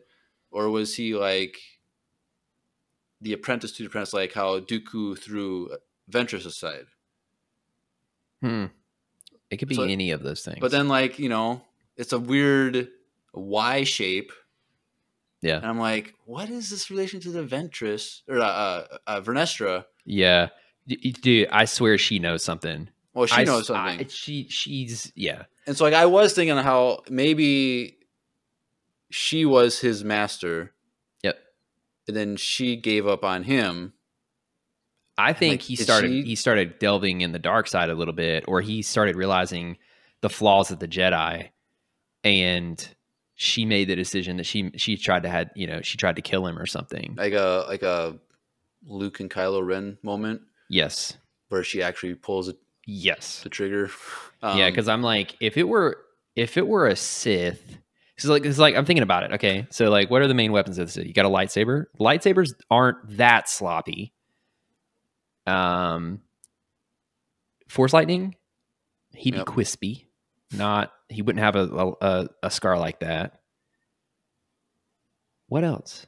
Knives, maybe, but that's really sloppy knife. Like that's And really sloppy. You're they're- trying to, They're thick. yeah. scars. That's so. I'm just So saying. it's like, so then we're thinking, is it Vernestra? Because she's like because one, she said May was definitely trained by someone who was so done with Jedi. her. Why? Because she's like the epitome of what the Jedi, like what is wrong with the Jedi. But like, she's covering something up just as much as Soul is covering something up. Yeah. So, but like, we like Soul, but we know that he's Yeah, but Soul, but He Soul, has Soul soul. doesn't give me the same hypocrite vibes as Vernestra. well, it's either you're a hypocrite or you're not. It doesn't matter what vibe you give off. Like, he literally is responsible for probably the massacre of an entire witch coven. I will say that for a split second towards the end of this episode, I thought maybe he's the master. Soul? Yeah, there was a moment. There was a moment where he was like, towards the very end, when he was like, "I'm going to talk and you're going to listen." I was like, wait a second, like this is a little dark sidey. But yeah. But in order for that to be true, then like that whole thing of him fighting Chimere last episode would have been like a show. Like, it would have been really convincing. I don't know about that.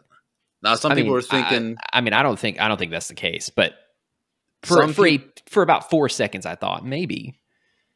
Drew and I were also theorizing that Vernestra was the master, not Chimere. Oh, Because that's why she didn't want the High Council to know about the investigation, because she didn't want their eyes on the situation. Interesting. But then I went back to the episode, and like when he comes and like shows up at the end of the episode, like you see he has like skin color, not green. So like it's not her because she has green skin. So oh, you're talking about, you That's thought episode 4. Vernestra was the one in the helmet. yes, Oh, I thought you meant she was his master no. from the inside. She was pulling the strings from the inside. Well, that could have also that's why she Yeah. didn't want it. But we were thinking that maybe it I was got the you. mask figure. I got but you. The hand was not Yeah. green. I was like, okay. Yeah. And so then they talk about the helmet, Yep. and he's like, "Yeah, it's cortosis." Blah blah blah. Talks about cortosis.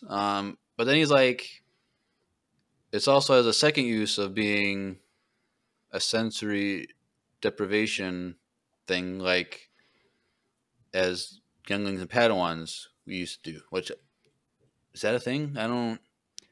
I think it's new. Is it I supposed think to it's be a like? pretty- But is it supposed to be like what Luke was doing with Obi-Wan, like closing the mask? Yeah. Is that what that's implying? Yeah, but like I don't think that was cortosis. I think that was just like, hey, I'm No, I trying know to it train wasn't- you, and this is the I know it best we wasn't got. cortosis, but I'm saying like the sensory deprivation thing. Like, is that supposed to be what Luke Oh. was doing? Yeah. 'Cause you're supposed to be able to. It teaches you to learn how to rely on the force for your reflexes rather than what Right. you're perceiving. But it's like Yeah. also like the helmet doesn't do that though, because you can literally see through, and you can also hear. So it's like there's nothing being deprived. Like a sensory deprivation tank, like it's Sure, black, sure. you can't see Well, anything, and you're we in don't- water, so you can't hear anything. Yeah. I don't know. So it's like, okay. So then he's implying then that the cortosis helmet blocks the force also, because he says last episode, like, I'm not going to take off my Yeah. mask because I don't want you to read my thoughts. I think it shuts everything out. I think it makes it much more difficult for things to get in. Like you have your own force inside the helmet. You can have your own connection to the force, but like I think it makes people getting to you more difficult. Like it's a way to shut yourself out of everything other than the force. No, I get that, like the person wearing it, but he's implying that Soul could not read his mind because he had the helmet on, Yeah. meaning that cortosis blocks Yeah. force connection with someone. Or makes it much more difficult one. 'Cause It it's could be like a Yasilamari effect. I'm like, It's not the same thing, but It's not like airtight though. Like the force like goes underneath the helmet. dude, and up. I don't know. It's just like I don't know. Like it's just these things in the show. It's like the rough draft. Like here's this idea of like this helmet, cortosis. It does this, this, and this, but they don't like think things through. I don't know. That's just me. I just feel like it's not executed correctly. I don't know. Sure. That's fair. But I also saw a screenshot of Abeloth. I was like, those teeth look like a lot like Abeloth. Oh, she's supposed to be in Ahsoka season 2 That's what I heard. as the mother. Yeah. So I have to go back and listen to that. That would be very Andrew. That was your interesting. first officially entitled EU with Andrew. You did like Thrawn trilogy books before that. Yeah. Like I think the Abeloth one, I gotta go back Yeah. and do some prep work for Ahsoka season 2 whenever that happens. And so then, like, Chimere says, "Okay, you can, if you want, you can try the helmet on." And he's like, "I'm not gonna do that." He's like, "Okay, but it helps you understand yourself better," or something like that. And he walks away. And the episode ends with her putting it on, and she's just breathing. And you see it from her perspective, like I love that. it was just breathing, breathing. And you see it from like the outside looking at her with it on, breathing, breathing.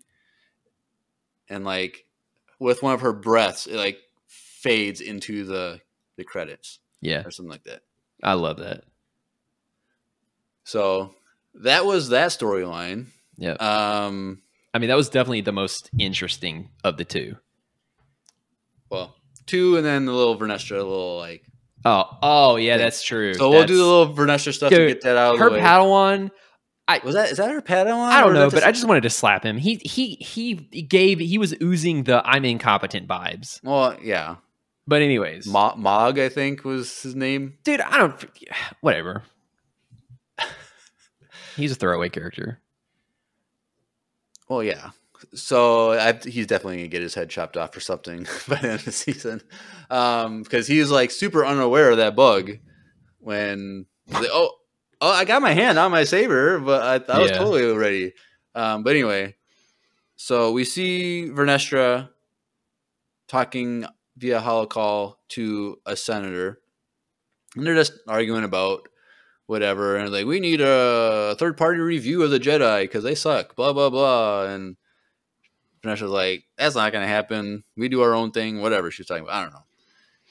And so while this is happening, this other Jedi comes in trying to get her attention, and she's like, all right, I gotta go, sorry, I can't hear you, what's that, I can't hear you, and she's gone, whatever. And so he's like, we just got a distress call from Master Soul apparently he's on a mission in the Outer Rim.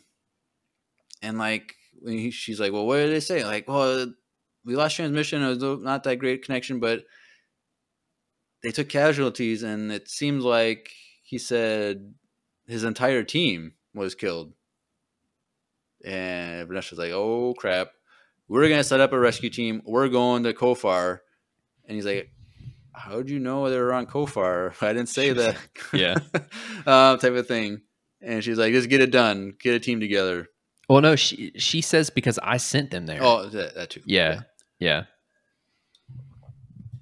So then we go to the airport terminal, which is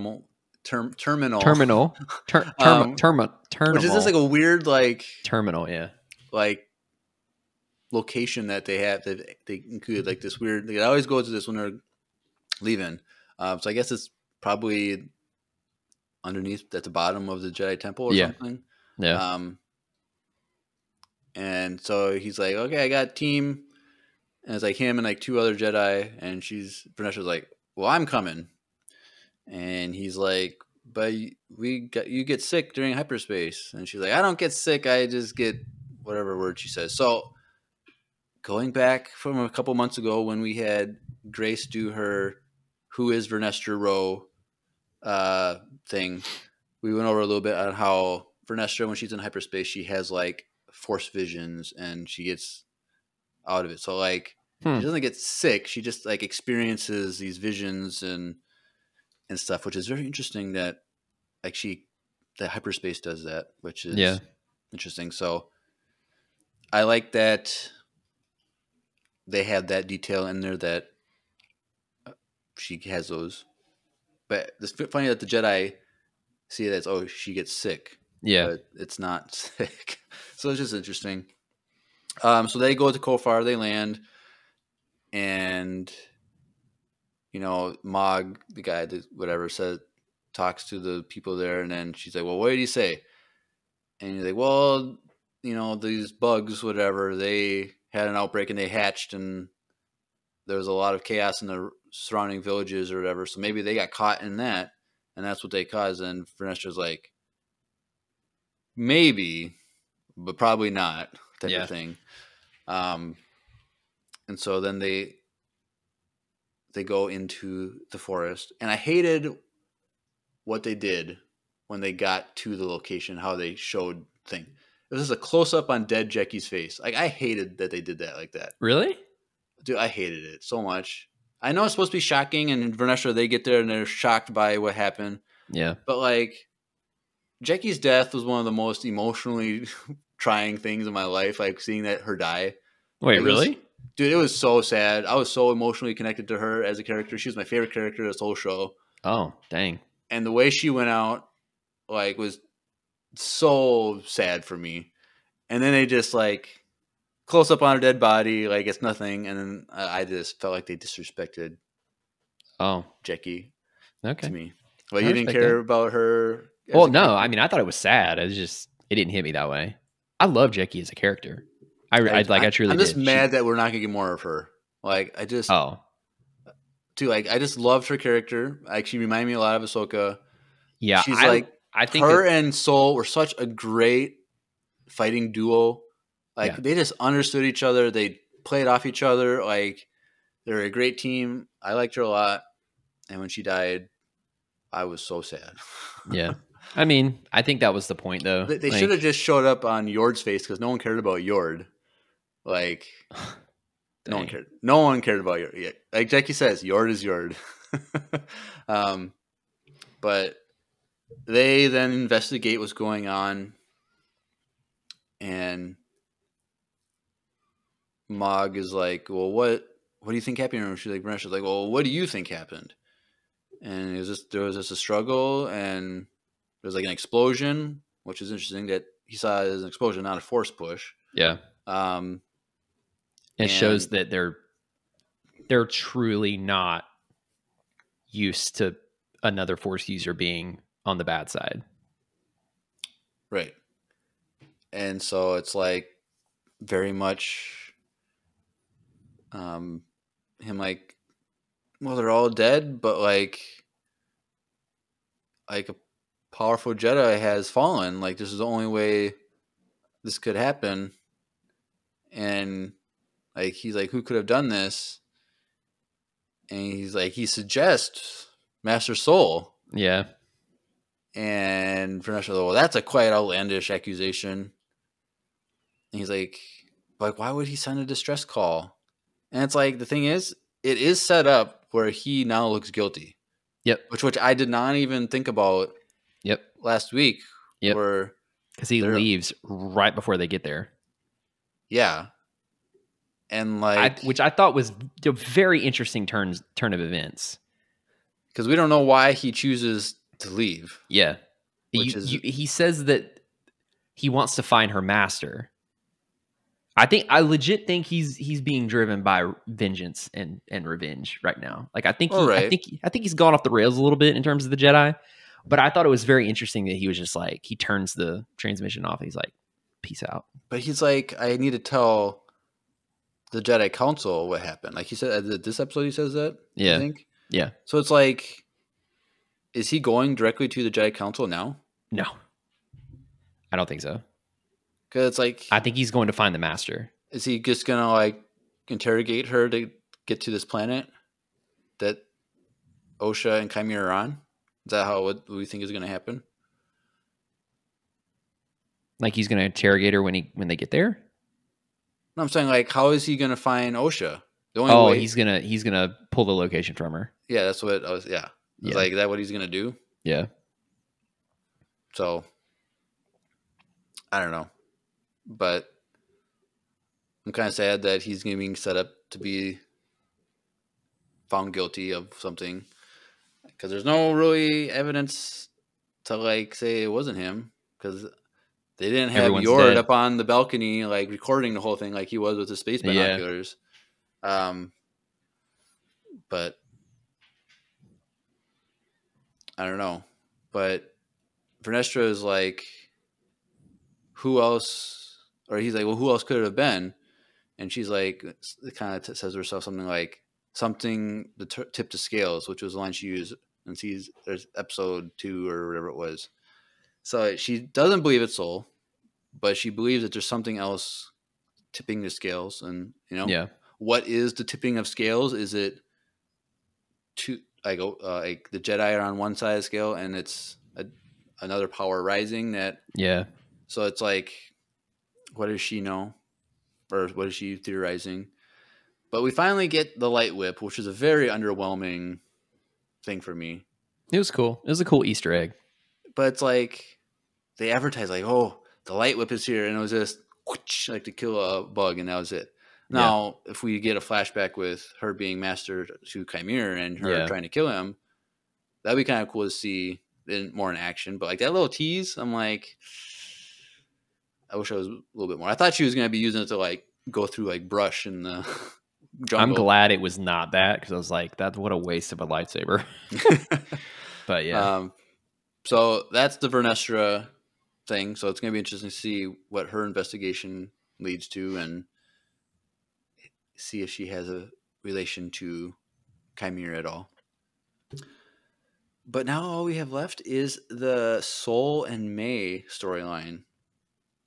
And so we see them like depart off the planet of Kofar, and they're having issues sending a message to the Jedi Council or to the Jedi Temple, because they are in the Outer Rim, so it's not always the easiest.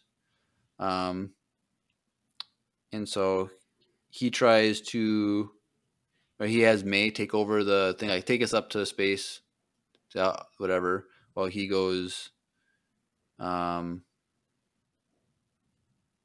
downstairs to like the let's see, I'm trying to, well, I don't know how, I'm kind of confused on my notes here, but like there's a scene where May is walking through the ship also, and she has so I see what I did now. So yeah. he can't send a distress signal. May is walking to the cockpit, and she's sensing her memories from being in that ship years earlier when she was being tested. And she's walking through, and then we see Basil sniffing around. Join the Basil Battalion, baby. Yep. And so then as she's approaching Sol in the cockpit, she has her knife, or a dagger knife, throwing knife thing, and she's about to like fight, like attack, but he refers to her as Osha. So it's like, it's weird that, last episode, Sol didn't think that she was May, but why is she now at this moment? I think literally just a few minutes later. I think honestly, he's in a lot of distress, and he's very distracted. No, I get that, but I'm saying, why does she go from, oh, I'm safe with Sol getting on the ship, and then 3 minutes later, oh, I'm worried that he knows who I actually am, so that's why I'm going to defend myself when he turns around and sees me. No. I don't think she was going to defend herself. I think she was going to kill him. I don't know, because I think she was going to kill him. Right, but when he called her Osha, it was like, oh, I'm safe now. Well, no, I think it just disarmed her. Because you remember, he comes up and hugs her like right away too. Well, later, but like not in this scene, but later. Oh, all I'm saying is, I think she was going to kill him, and then when he did that, she decided not to. Because he like called for her to come up. So it's like she was only going up there because he called her to come up. So it was like, for me, it seemed like she interpreted it as he was trying to get her there so that he could arrest her or like capture her. Well, and to be fair to her, in her defense, she didn't know she was completely safe. Like, he could have realized it. I mean, because he does. He does, but this is like literally like 3 minutes later. Like, they get on the ship and they're going up, and he says, "Hey, come up here, help me." Yeah. But like, on getting on the ship, he's like, "Oh, this is Osha," and then in those 3 minutes, yeah. But she's being smart because she doesn't know what's going to happen. Oh, I get that, but it's like, I just don't think that she had any reason to worry in this moment. I mean, maybe she thought that when they got back and he was away from everything, he would realize. I don't know. I'm just confused by it. Because I didn't really understand like what the point of that was. Like, it wasn't clear to me. And so he then, tells her to take over the controls and bring them up to out of the atmosphere. And he goes down. He's like, I got to reset the transmitter. I'm going to go down, take over. And so he goes down, and he has a moment of anger and like grief at what happened. Before we get to this, did you notice that when you first see him on the screen, at the very top of the screen is almost exactly the same like power bar that Obi-Wan turns off the tractor beam in the Death Star? It's almost the exact same. Like it's so similar that I'm pretty sure they put it there as an Easter egg. Oh, because it's not there when he turns the screen back on. I don't know. Yeah, I would have. I just thought it was interesting. Or it's just, they just have one standard font for icons. Well, it's like the whole interface. There's like a power bar. It's like half red and half blue. But anyways, I don't know. Maybe they just have universal. It's like USB-C 3 or something like that. It's just like, I don't know.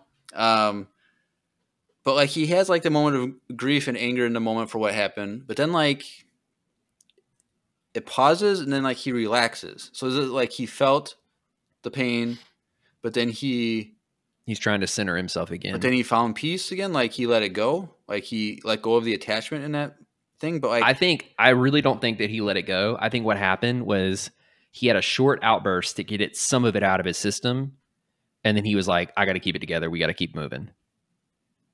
Okay. Yeah. So he resets the transmitter, and then we see Basil sniffing around some more, and he takes Pip to a recharge station, and he's trying to like match it up with like USB is a USB-C 3, whatever, like it's an HDMI, and it's like his arms are too short to reach. It's just like this is just like, I don't know, this whole Basil thing was just annoying to me, but whatever. Like, cause like we knew that, okay, he's going to be integral to like trying to figure out who May's real identity is. Like, yeah. And like Yord, he's the only one that can speak the language. Yeah. He's dead. But it's like, okay, well, okay, I'm along with the ride. We'll see what his plan is. So he recharges Pip. He's awake. And so they then dock with what I'm assuming was like kind of like a hyperdrive ring. It's more like for a bigger ship. Yep. So, okay, cool. And so this is when Sol goes up to the cockpit and he like immediately hugs May, yeah. Which is like, it was very weird to me.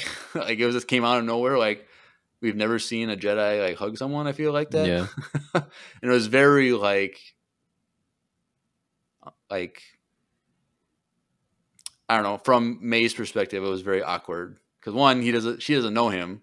Like it doesn't mean anything to her. Yeah. But it's also like for sure. It came out of nowhere. Like you don't just randomly go up to someone and do that like that, like so intensely. Like I don't know. This is weird. High emotional. I get it. Emotions were high. I get it. I guess. But then he says, I have to face the council and tell them everything. She's like, whatever. I'm like, okay, cool. We're going to get it. And, there's the rumor we're going to see Yoda in this episode or in this season. So maybe he does actually get to the council and we're going to see your boy, Q-Tip boy, and Yoda and some of the other OGs that have been there. Yeah. And so, okay, we're going to maybe hopefully go see the council. And so the transmitter comes back on, but then the power goes out. And I'm assuming the power went out because this is what Basil did. Is that what? Okay. Yeah. Because it's like, I'm pretty sure it was a trap to get her back there. But it's like, I felt like they didn't show him doing that though. Yeah. Which is kind of like, why didn't you just show him like go to the engine room, like where she goes? Yeah. I mean, I'll give you that. Yeah. I'll give you that. Because Because when I was watching the episode, I was like, why did the power go off? And then when I saw him in the room, I was like, oh, okay, that makes sense. right, but I was just kind of like, they didn't want to do the whole like, oh, the hyperdrive is out like every other Star Wars thing. We're gonna do it a different way. The power's out. I'm like, hey, we're doing a different semantics here, like whatever. So May goes down to investigate because Soul sends her, and she's looking around, and then Basil comes out of a tunnel. Basil's back, baby. And he's Basil's back. And he's trying to do his version of Force Fu. He's like spinning around doing whatever moves, like be scared of me. I'm like, no one's scared of you. It works though.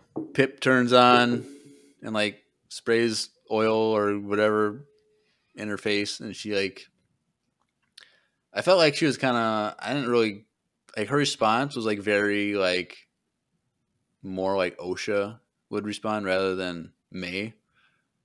So it was like, because I think May's starting to break down a little bit. maybe a little bit, yeah. Like we see that, but it's like, it was just weird. It's like she like screams, and then Basil comes in, like stomps her foot, and then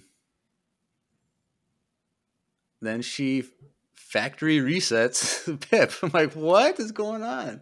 She just like holds two buttons down. I'm like, okay. Yep. Like, they didn't want to do the whole like pinhole thing. Like, we had to like keep it safer, so it's harder to like accidentally. I'm like, whatever. Okay, so she factory resets it, puts it on like the new like iPad, whatever. Like it, Yeah. She tried, iPad 1 version. It didn't really work, so she had to get the next version up to make sure it connected correctly. And so then she has Pip. And so she then goes back and is like, oh, the pie has recycled. The power will be up in like a few minutes. And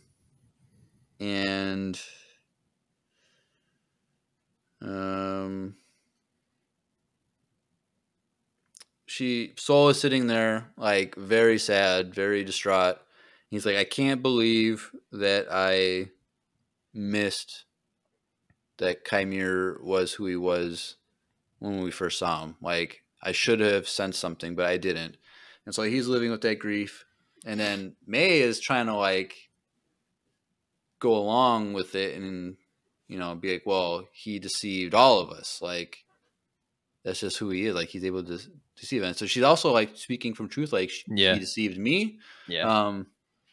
But she's also like speaking on everyone else. Like we all got fooled. He fooled us all. And she says, like, she lost some of herself when she was trained as a Jedi. And he's like, oh, I'm sorry that happened to you. No, he said, I'm sorry you feel that way. Oh, feel that happened, whatever. Which was an interesting way to respond. Which,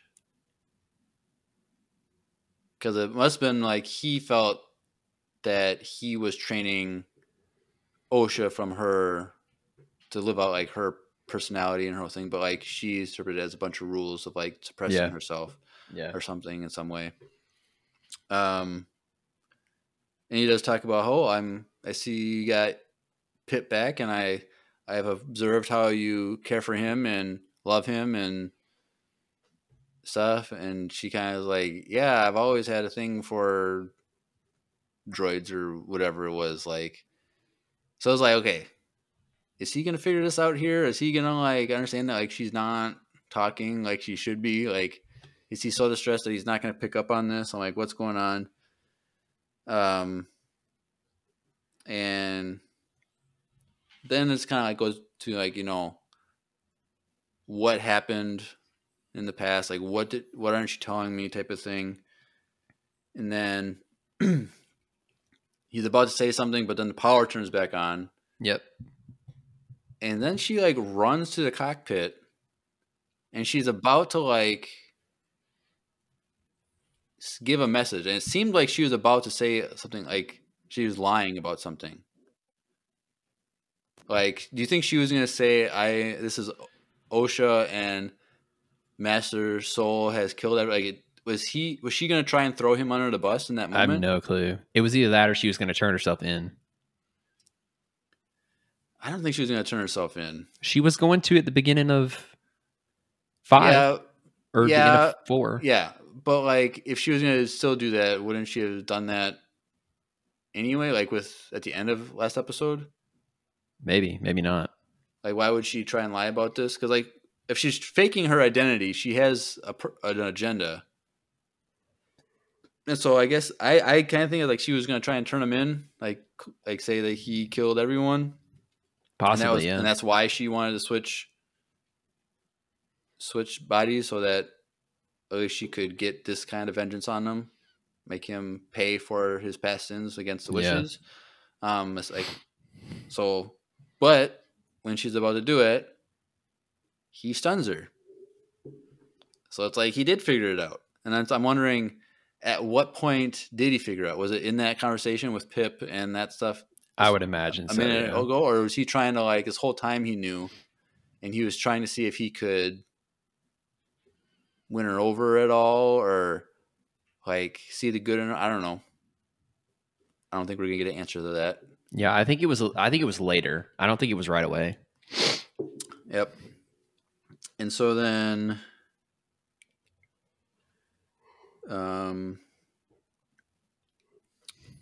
she then later on wakes up. Well, so he stuns her, and then he turns off the transmission from the Jedi. Right, and then he leaves. They're like, stay there. The rescue team is on their way, and he's like, boop, hyperdrive. He goes. So it's like, that's like, where is he trying to go? Because he's trying to buy time. Yeah. But is he also going somewhere? Like, because I'm guessing it was already, Coruscant was already in the coordinates. Because like, he didn't like. Well, he left in a different direction than they came in too. Well, I don't know if that's. I mean, he could have just been taking a more roundabout way, but. Right. But it's like, I don't know if we saw him type in different coordinates before he launched. So it's like, maybe it's just, I was gonna say, well, it's a long ride, but they literally got there seemingly very fast. Very fast. So yeah, I don't know, because they're supposed to be in the outer rim, but Coruscant is in the inner rim. Yeah. So they get, I don't know how fast it could have been, but yeah, I think he just wanted to get out of there. He like said something real quick and then left. And I think he's going to like, he's going to talk to her while they're in hyperspace. He's going to try to get her to get the location of the base. They're going to drop out of the hyperspace, reconnect and like reset a course. And then they're going to go. Yeah. That's what I'm assuming. Yeah. Yeah. But so then she wakes up in the I'm assuming it was a medical bay type thing in the ship, but she's tied down with hand, like wrist things. And he's basically like, all right, I'm going to tell you everything. He says, I've been waiting. I've had 16 years to think about what I would say to you when we find it. If I met you again. And so you're going to sit here, I'm going to say this and you're going to listen. And that's why I was like, this is a little edgy. He seems a little snippy right now, but yep. And so that's how that story. And then the final scene, which we already talked about, was Osha putting the helmet on. So it went from that scene to the Osha scene putting the helmet on. And that was it. So that's the episode. So, talking about this episode, it seems like it's a lot of talking about it's like there's good story points, but for me, it just came off very boring for me. Yeah, I mean, the pacing was weird, and there's like a lot of like cryptic things that I just didn't know like what was being talked about, what was said. Like with the Juice thing, like we didn't get anything. We just got him like he's supposedly a former Jedi, and I kind of feel the same way. Like, what was added by this episode? And it was like very like for like 38 minutes. Like I feel like they could have cut half this episode out and just stuck with some more focused stuff, and it would have had the same Maybe. effect. But so I'm guessing next week is going to be a flashback, like a full episode flashback. I think that's what we're going to get. And so Maybe. then, like, I don't know. But Like, I will say that it's going to have to happen at some point, because there's a shot of Kelnaka from the trailer that we haven't seen yet. Yeah, I from like a promo, like a little teaser one, right? Which I mentioned last week or whatever, that I accidentally saw that in someone else's video and I stopped it, which I'm not happy that I got spoiled on that. So we're not gonna say what it was, but like, we're gonna see what happens, and like, I wonder how they're going to present that, because it's. Wait, you saw what happens? I saw that clip that you're referring to. Oh, I stopped it before I saw it because someone was in a montage of someone's video. I got you. It's like, I'm mad that I got spoiled on that Yeah. because it looks cool. Yeah. But like, I'm wondering how they're going to present the story, because it's, it's, we think, it's two perspectives. Like, something happened, both perceived the other side to be shooting first, and both were defending themselves. Yeah. So it's gonna be interesting seeing from Soul's perspective. Like,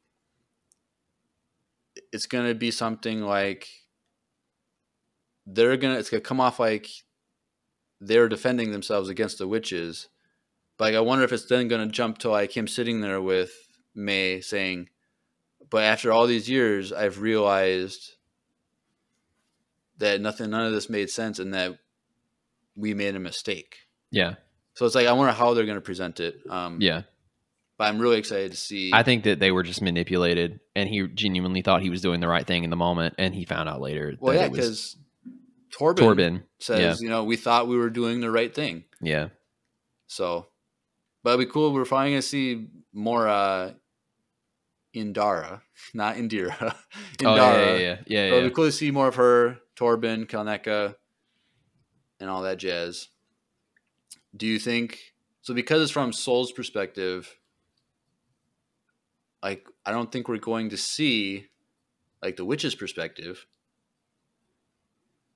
and we're not, unless May tells her perspective of the story, and she has the same perspective as all the witches that were killed. I don't think she does. I know that we'll get more of the story for sure, but I can't help but wonder if May was manipulated by a third party. I don't know if it was Quimir. I think they all three part, her, Yeah, and the witches, they're all. I think that's clear that that's what happened. But like, yeah, but like, May has that line in the opening scene of episode 1 where like, Indara is like, "Jedi don't kill unarmed." Oh yeah, whatever. And she's like, "Yes, you do." Yeah. So like, May did see something that she saw that was, that is true. Yeah, a clear injustice in her eyes. yeah, But like, she probably came in as things were happening, so she didn't get to see everything. And so if there is a third party, like, are we gonna then in a different flashback see the third party's influence? Are we going to, some people think that the fire was not, like, it got so big that it was not possible with what May did with the fire. Oh yeah, I don't think that was the case. That someone else made the fire worse somehow. So I don't know. What do you think? I don't know. I honestly, I've like low key given up on trying to figure things out. I'm just along for the ride now. Like, I'm just along to be surprised and to engage with the story.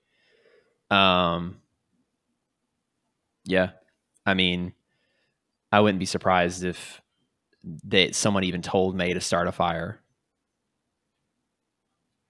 Because that takes a lot of, I mean, like, to have a fire spread that much that quickly, it's a lot of, especially in a stone building. Yeah, that was like a big criticism people had of like, yeah, how is this fire happening in a stone building? But but yeah, I don't know. I I just want to. I want to see who was behind it all. I want to see what was actually happening because it's very clearly not what it seems. Right. And like, how did May end up where she was after everyone thought she was dead? Because she was by the tree. You know what I'm saying? So like, there's so much more. Because she fell. So like, I wonder, did the third party save her, catch her, like, so she didn't actually like hit the ground? It's possible. But like, so my question then, like, maybe we can close with this is, so the title of this episode was Teach/Corrupt. Now the other / episodes that you know, like each word was, one was referring to May and then the other was referring to Osha. Yeah. But like here, is Teach/Corrupt just only being applied to Osha? Because I don't feel like Teach or Corrupt was applicable to May. Yeah, I think it was.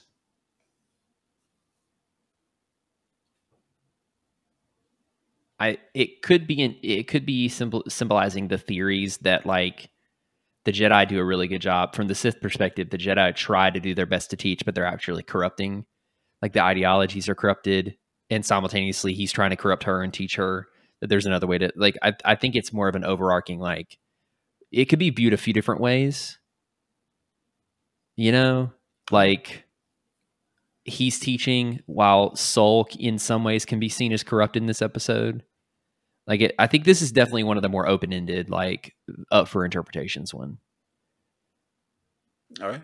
So cool. Well, that is our breakdown of episode 6.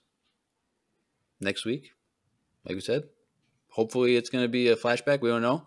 But it's going to be juicy. I think it's going to be pretty exciting to see. Yeah. For sure. And so Drew will be back for that episode. Now you said that you want to be here for the finale, right? I do. So we'll see Andrew in 2 weeks, hopefully. But maybe if the episode is so juicy next week, maybe we'll see Andrew again. Who knows? Who knows? I don't even know at this point. I just gotta watch the episode. It'll be like a 15-minute episode, and then like we can get this done in under 2 hours. Yeah. All right. Cool. All right. Well, that just means that we get to transition to over to everyone's favorite time. Wait a second. Yes. Lightsabers out of 10. Oh, this episode. Well, I would give it a 6 for me. 6. Yeah. I would say this is my least favorite of the episodes. Sure. So I'd probably give it a 3 or That's 4. Understandable. Like I said, I enjoy the story. It's just the execution. So like, if the execution was a little better, I think it would have been a lot higher. But sure. Yeah. Cool. All right. So let's transition over to voicemail time.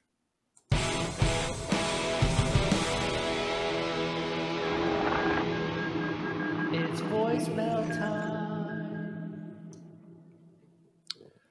All right. So we got a ton of voicemail. Like, recently we were like trying to get this one to come in. Yeah. But let's see. Tonight the floodgates have opened. 1, 2, 3, 4, 5, 6, 7, 8 voicemails, and then we had Drew send in his, so that was like 9.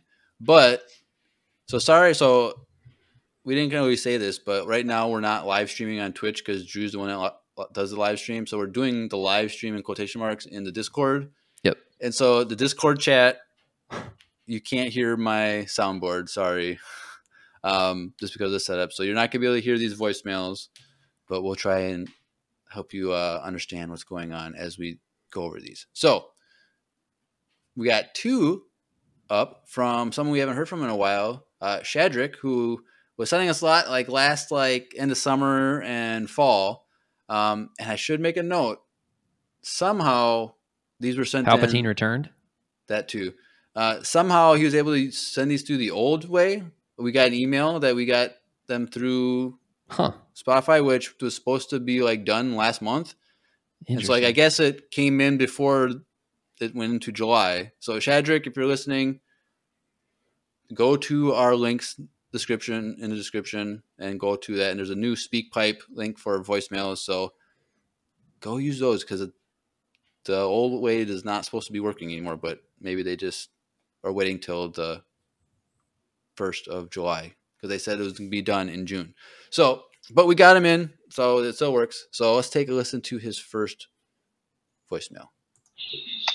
Hey guys, Shadrick here. Long time listener. Have not sent a voicemail in a while. Sorry about that. I think my last voicemail was probably for Ahsoka. I've been kind of out the Star Wars loop. But, man, talk about an emotional roller coaster for a show. I've gone from being kind of bored with this show to not thinking I was interested in it to absolutely hating the show to now absolutely loving it. Oh my god. This voicemail may be coming in a little late. It's kind of last second, but I just watched episode 5. Oh yeah. Insane stuff. Oh yeah. Some insane stuff. But glad to be back, guys. I need to catch up on Bad Batch final season. See ya. All right, cool. Yeah, it's good to hear from you, Shadrick. It's been a while. And yes, Someone else likes it. Someone else likes it. well, that was after last week's episode, which I think most people true. like. That's true. But True. it's good to hear from you. It's been a while, like you said. And yes, this show has been a roller coaster for me and Drew. Like, we love some of it, we hate some of it. So we're in there with you. But let's take a listen to your second. Do you have a question? No. Okay, let's listen to your second voicemail. Oh, two-parter here, Shadrick again. But I hope you guys still do two-parter voicemails. Anyways, I've been catching up on y'all's podcast with Acolyte, and I don't know if y'all brought this up, but I've heard theories of this guy not being a master. Like, it turns out, like, supposedly he might have his own master, and he's secretly looking for his own apprentice. Kind of like how Maul was doing under Palpatine in a way, which I thought was interesting. So, like, there could still be a higher up, and it could be I can't remember her name, so I just call her Trinity because I just remember her from The Matrix. But I think his master's Trinity. So we'll see. All right, cool. Thank you. Yes. Interesting. No one knows who his master is. I think he's like a lone wolf now. I think he had a master, but he's kind of on his own, trying to do his own thing, living his own truth, as the kids would say. Any other thoughts, Andrew, on that? No, it's just like you saying it doesn't date you. It's as the kids would say. That's like last week. It makes it worse. Last week I said a coup d'etat, like the kids would say, and Drew was like, "Kids don't say that." No kid. Yeah. Anyways. But yes, thank you, Shadrick. Hope to hear from you again soon. Please use the new voicemail website that we use, SpeakPipe. Super easy. Go use that one. All right. Well, next up, we got another voicemail from Jakob. So you remember last time you were on, he sent in his first one. Yep. And we were like, where's that accent from? I was like, he's from Ireland. And you guys were like, yeah, maybe. So he did respond after that and said he's from Northern Ireland specifically. Yep. But his mother is from Denmark. So he has a mix between the two. Interesting. Okay. And then we said, you should have your mom send in a What? voicemail. What? So that being said, this is his voicemail in response to. Is it his mom? No. Oh, okay. But he does reference that. So let's take a listen to Jakob's voicemail. Okay. Hello, it's me, Jakob. If this is my second voicemail sent, don't listen to the first because I don't think you got it. But I'm going to Denmark on Saturday, and I won't be able to get my mum on the voicemail, and I'll probably won't have any voicemails while I'm in Denmark, but I'll be on a quick road trip to Germany. Anything I should try do in Germany? All right. Well, thank you for that. Well, hopefully someday we'll hear something from your mother. That'd be cool. But we hope you have fun on your trip to Denmark and then a road trip to Germany. And Yeah. his question was, what should he do in Germany? Oh, that's easy. Normally my answer would be like get some coffee, but he sounds far too young to be ingesting caffeine. But I would say find sweets. Find German sweets. Like one of my favorite things to do is like experience another culture's candy. Oh yeah. Everyone's like, "Oh yeah, I'll go do the food." And it's like, "Yeah, the food's great, but like, I just have a sweet tooth." So like German candy or German like baked goods, cakes and stuff. Oh, that's what I would want to do. I don't know anything about Germany. Like even though I'm like over half German, like I don't know anything. Yeah. But I did have like German, like real German. Like when we think of German chocolate, we think of like that coconut caramel stuff. That's not German chocolate. Yeah. But I've had chocolate from Germany and it was very good. I would say there's probably a lot of like World War II stuff that might be interesting. Some of it's really intense and maybe you don't want to go there. But there's probably some interesting historical stuff because I know that Germany is kind of does a good job with like trying to teach that they did some bad things and they want to right themselves. So you gotta learn some stuff about that. If you run into a guy named Freddie, say hi to him. He's a guy from Germany that I met in LA when I did my internship in 2012. Cool guy, Freddie Mercy.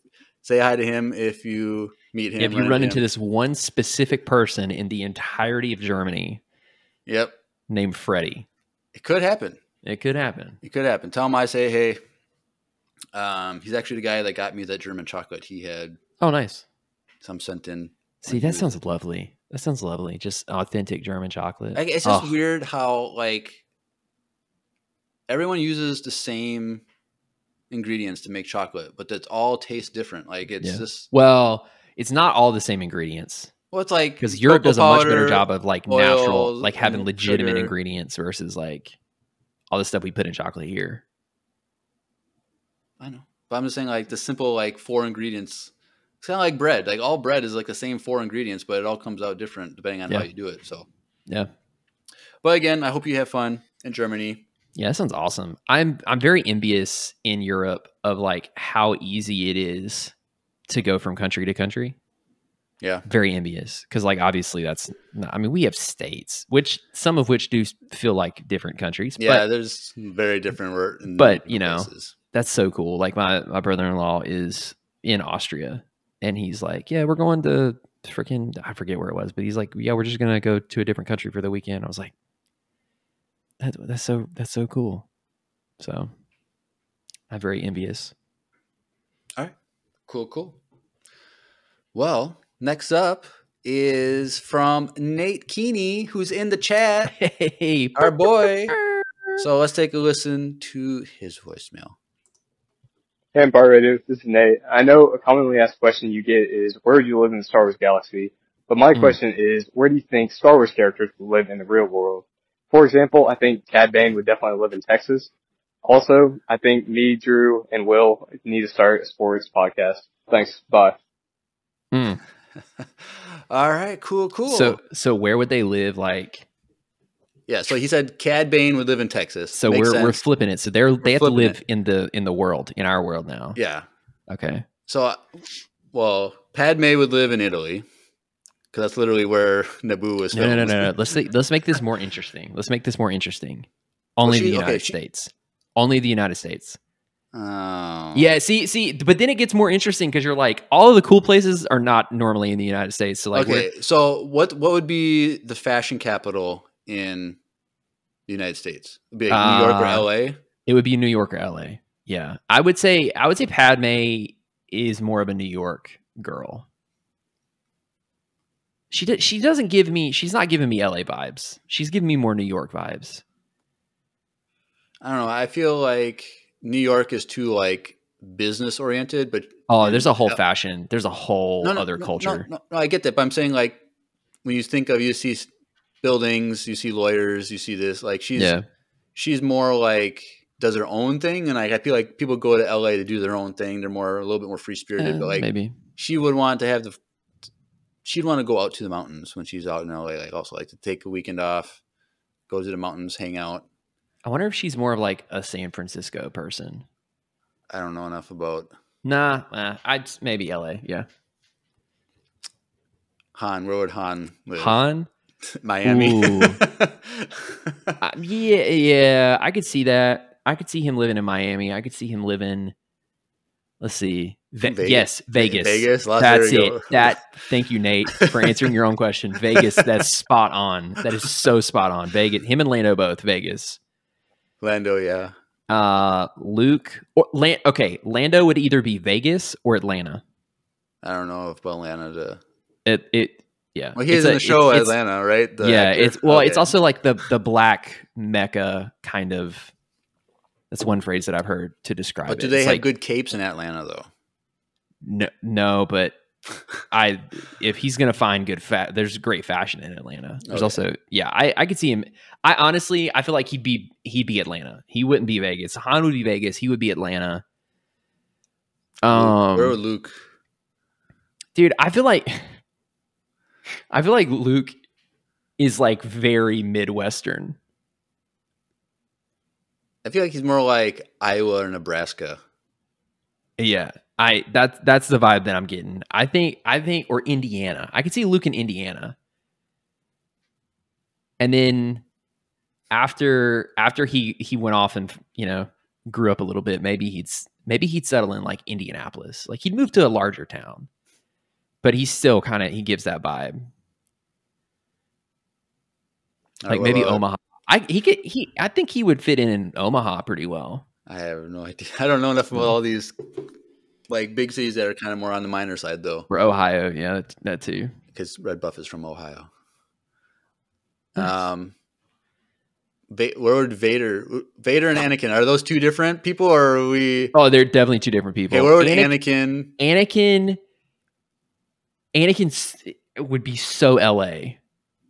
Like he's just like moody. He wants to be the center of attention.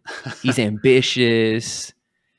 Like I could see him as LA or no, not San Diego. LA. Vader though. Vader like Freaking Arizona, middle of the desert. in the sand? No. Yeah. It's Not funny. Sand. Oh, but if we're going based on his personality, Yeah. I feel like Vader would be. Where do really mean people live? Do we want to answer that question? That's everywhere though. New feel like York. Vader. Hmm. Where would Vader live? I don't know. He just goes where he's sent. So That's true. Boston. That's kind of funny. I'm not gonna lie. Though, Red Buff. Boston is kind of on the nose. Or like Maybe. Philadelphia. There's no nice people in Boston. no, I got it. Oakland, California. He'd be a Raiders fan. Well, they're not in. No. Oakland anymore, but He, he's like all black. he wouldn't fit in Oakland. But isn't like Oakland supposed to be like one of the most like violent ones in California? not necessarily. I feel like 'Cause Boston. I feel is like spot on. Raiders fans are like known to be like super rude. Maybe. I haven't been to Oakland I've only been to San Francisco. And like downtown San Francisco too, so Raiders moved to Vegas. Where would Tarkin go? Tarkin, dude, Tarkin is Branson, Missouri to retire? no. or something? Florida? Tarkin is so there is a whole area in Florida of just like it's like literally a town of retirees, and I forget what it's called. That's where he would live. All right. It's got order, it's got structure, it's got fun activities that he can do with a bunch of older he'd people. live in an HOA. Like he'd be the head of the HOA. Yes, 100%. And he would be the worst. He would be the worst HOA leader too, like by a long shot. Yeah, for sure. Let's see, Obi-Wan. I could see him being somewhere in Colorado. I feel like you would like to be in the mountains. Denver or like Aspen or something. Or like Seattle. Nah, You don't think so? Seattle's too like trendy and like. I think Denver would be a good one for him. Denver would be good. Oh, it is. There's the rain. That's just where the Kaminoans have their. Let's see. Palpatine, DC, 150%. He Yeah. would fit in so well in DC. Yep. Let's Chewbacca. see. What were we forgetting? Chewbacca. Freaking Redwood Forest. Redwoods. Yeah. Northern California. Yeah, Northern California for sure. Yeah, he would be up there. Leia. I feel like Leia would also be in DC, Yeah. but for the opposite reasons of Palpatine. Yeah. She's on the other side of the aisle. Yeah. Let's see. Who are we? C3PO? What's a tech? Silicon techie? Valley. So there you go. He's there. What about Yoda? Where would Yoda be? Oh my gosh. Yoda. Let's see. He's Utah. He's a hermit. He'd be in Utah. Maybe. Louisiana, like the swampy. They're saying in chat. Oh, Florida. Yeah, he could move into a retirement village there too. A little swampy one. Louisiana, Mississippi, Alabama. I don't know. Somewhere in there. There's a part of me that feels like Yoda could live in lower Alabama too, because it's also like really swampy. But I feel like Alabama's a little too southern for him. I feel like, yeah, maybe Florida. All right. Well, we could go on for days. Yeah. Anyways, it's a great question. That's a very fun question. I enjoyed that. Thank you. All Nate. right. Well, thank you, Nate, for that question. It was a great question. We love them. All right. Next up is from Garrett. So I think you might remember back in the day, like earlier this year, Garrett was the pod racer. Oh yeah. So Yep. he was on the run from the huts. He escaped from the huts. And then but he won some major race. So he had all this money and he went on this luxury space cruise. Sweet. And we didn't hear from him for months. Right? Oh. You win all this money and you forget about us here at Empire Radio. Yeah. You're a sellout, blah, blah, blah. Well, he's back for the last few weeks. Okay. And so, but reason he went missing or MIA was we're on this luxury cruise and we got attacked by pirates. Oh. And the worst luck. It was Gorian Shard's pirate crew. Okay. Took him. And he became a pirate and he's been working his way up and he's number 2 in command. And last week he said that he was thinking of maybe overthrowing Gorian Shard. That's why I said it looks like he's going to be doing a coup d'etat, as the kids would say. And so that's where we pick up with his story. So let's take a listen to Garrett. Hey, Empire Radio, it's Garrett. Life as Gorian Shard's right-hand man isn't easy. You got heist planning, allocation of weapons, distribution of armor, and mandatory board meetings. What kind of pirate crew has mandatory board meetings? Ugh, I'm getting bored just thinking about them. But on the bright side, you get a lot of perks. A ship and crew for myself with my own room, bathroom, treasure chest, bed. Man, those crew cots were not comfortable. Oh, also I get second pick of all the weapons and armor, even though I'm the one who bought them all. Things have been pretty good around here, but if I'm honest, Gorian has been getting a little soft, sending me out on these missions where my crew and I just defend some New Republic ships on a journey. Where's the fun in that? We should be taking these ships instead and selling the ship and everything inside for credits. I think it's time for a change. Speaking of change, if you could change one actor or actress in Star Wars, who would it be? I would change Rose to Gilbert Godfrey just because that would be hilarious. My god, that would be kind of crazy. If you don't know, he would change Rose to Gilbert Godfrey. That is freaking hilarious. That is if you don't know who that guy is, if you're listening, imagine him saying, young, "It's the line where she says it's by saving who he loved, dummy or whatever." But if it was just him and oh my gosh, that's hilarious. That is very, very funny. All right. So, what actor or actress would we like to change? If we could change one. Yeah. So that's hard because I feel like a lot of casting is done well, Yeah. but it's like, is there a character that we don't like that could maybe been better if it was a different actor or actress? That they could have brought different life to. Jabba as Steve Carell. Um, Oh, that would be funny. No, Jabba as Michael from The Office, Steve Carell. Oh my gosh. Let's see. I'm trying to think of like characters that I don't know. I'm trying to think. I don't know. I just feel like we've it would have to be someone maybe from the sequel trilogy, maybe like Yeah. Because I feel like so many of the actors and actresses are like just set in stone because we spent so much time with them, you know? Like I could never replace Ewan McGregor. right. Like never. Like he's perfect, you know? I Now could- there was a thing back in the day that when they were casting for episode 1 that Michael Jackson auditioned for Jar Jar's role. I do remember that.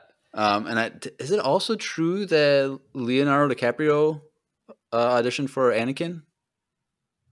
I don't remember. I I know think that, that- I think that there's was a- so many of those where it's like it was because like Han Solo was almost Kurt Russell and a few other people Yeah, I too. remember that. But I'm trying to think who would I change if I could change. Like, and I don't want to cop out. Like, I want to think like who would be the person. Because like Adam Driver is my favorite actor from the sequels. Right.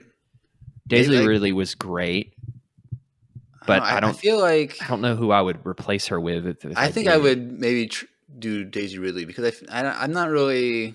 Who would you replace her with? I don't know. Like it'd have to be. I don't know. Okay, you're not gonna like this answer, Okay. but I really like this actress. Okay. I think it'd be cool if Zendaya was Rey. Oh no, I love Zendaya. I love actually. Zendaya. She's great. Yeah, I'm not gonna lie. I I just wouldn't have hated that. I wouldn't have hated that. because I think she's a Zendaya though is so Daisy Ridley I think is about the same age as me, but I think Zendaya is like She's younger. she's I think maybe she's a closer to few your years younger age. than me, like 1 or 2. She's younger than you. How old are you now? Hold on. I'm 30. Hold on. She might be just a little bit younger, but like I like so she wouldn't have been able to do it, but like if we could change it, like that's what I would. She's 27, so she's 3 years younger than me. So she would have been. So 9. She would have years been ago. kind of. I guess she would have She been would've kind been of a little bit young too for young. Rey. Yeah. But like I don't know, I like Zendaya. She can be in everything, and I'd be happy. So she needs to.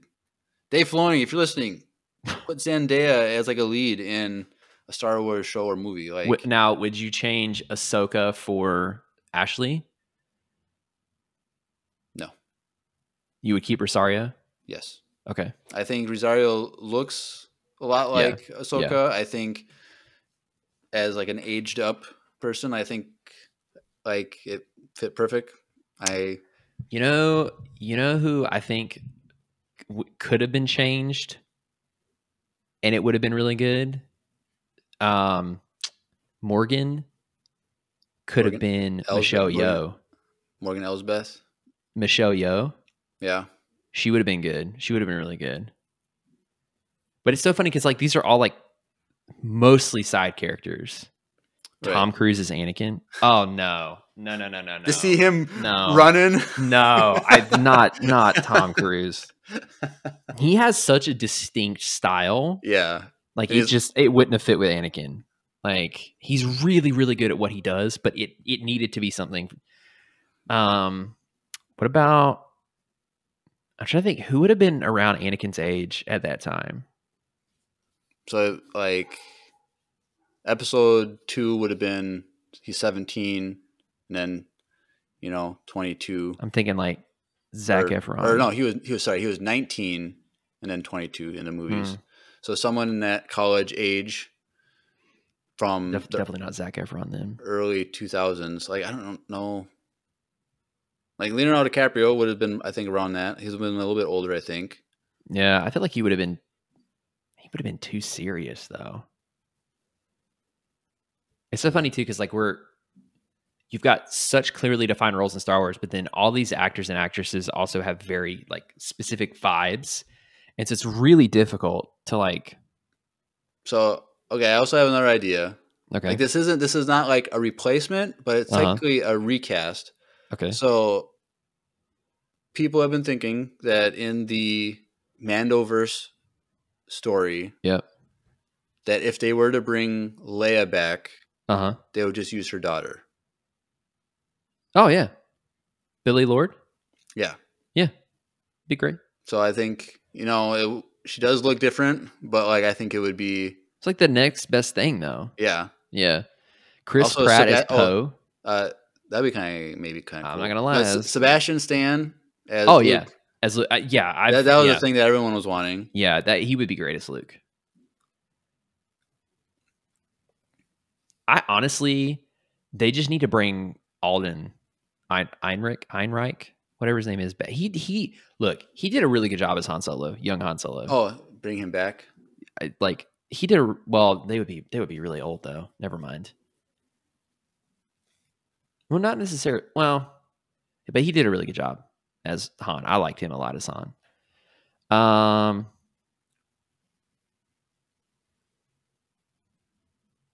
don't know. Jack Black to voice Han though. That would be good. I feel like he'd do a good job. I don't know. Yeah. I feel like that's its own like cantina discussion in and of itself too. Maybe that's what we could do. Like we could do that as like a top 5 actors or actors that we wish were in Fan Star cast, Wars. Yeah. Fan casting. That'd be an interesting idea. All right, well, I think we can move on. Thank you for that great question, and Garrett, I hope things keep going well for you. But like, are you gonna be overthrowing Gorian Shard or what? Because once you get the top dog, then you can do whatever you want, right? So it feels like you're just getting second best. You're not getting everything you want in life. So get it done. Coup that ta, as the kids would say. Okay. Jeez. All right. Thank you. Next up from a first-time sender, James. So let's take a listen. Hey, yo. Hey, Empire Radio. Never sent a voicemail before. I've been listening for a few years. I'm King James in the Discord. So hey, yeah. So I was just I just want to know. I have like kind of 2 questions. First of all, why do you guys think that that the Acolyte is getting so much hate? Like, what are your like personal opinions as to why people dislike it? And also, like back in the early days of the podcast, Jeremiah, you had ranked A New Hope as your like ninth favorite out of the 11 Star Wars movies, and like the whole original trilogy was like 7, 8, and 9, I think, of your ranking. I just want to know if time has changed your opinion, because I love the original trilogy, and it hurt me to hear you say that. But yeah, that's all I really want to know. But yeah, all right, later. All right. Later, well, thank skater. You. Yep. As Thank the you for kids that. says. Yep. Kids say. So for your movie ranking question, so we've thought about if we would ever want to do like a re-ranking, but I feel like you and Drew are pretty solid in your rankings. I feel like mine has changed the most, and I'm the most conflicted with like what I would want to do. So like my bottom one was episode 1, and I think I would raise that up. So that would mean like raise it up multiple slots, so that would lower A New Hope on my list, unfortunately. But like, I'm conflicted because like, okay, so like A New Hope, the first half was trash in my opinion. Sure. You know, literally a year ago tomorrow, we recorded our hot takes episode that we posted at a later date when we needed a slot. And, you know, my hot take in there was that The Empire Strikes Back is the most overrated Star Wars movie because the Han and Leia story arc doesn't do anything. It's the Canto Bight of the original trilogy. So it's like, you got two movies where like half the movie isn't that great to me. Mm-hmm. So like I might, you know, for sure put episode 1 above 4 and 5, which would then put 8 at the bottom. So what you're telling him is that he specifically mentions the original trilogy. What you're telling him is that they're getting lower on your list. So 4 and 5 might be going lower on my list. Okay. But then I'm conflicted because like I have episode 9 above all the original trilogy, but I'm like I've said a million times on the podcast, like all the individual parts of episode 9, like I like, but all together as a story, it just doesn't work.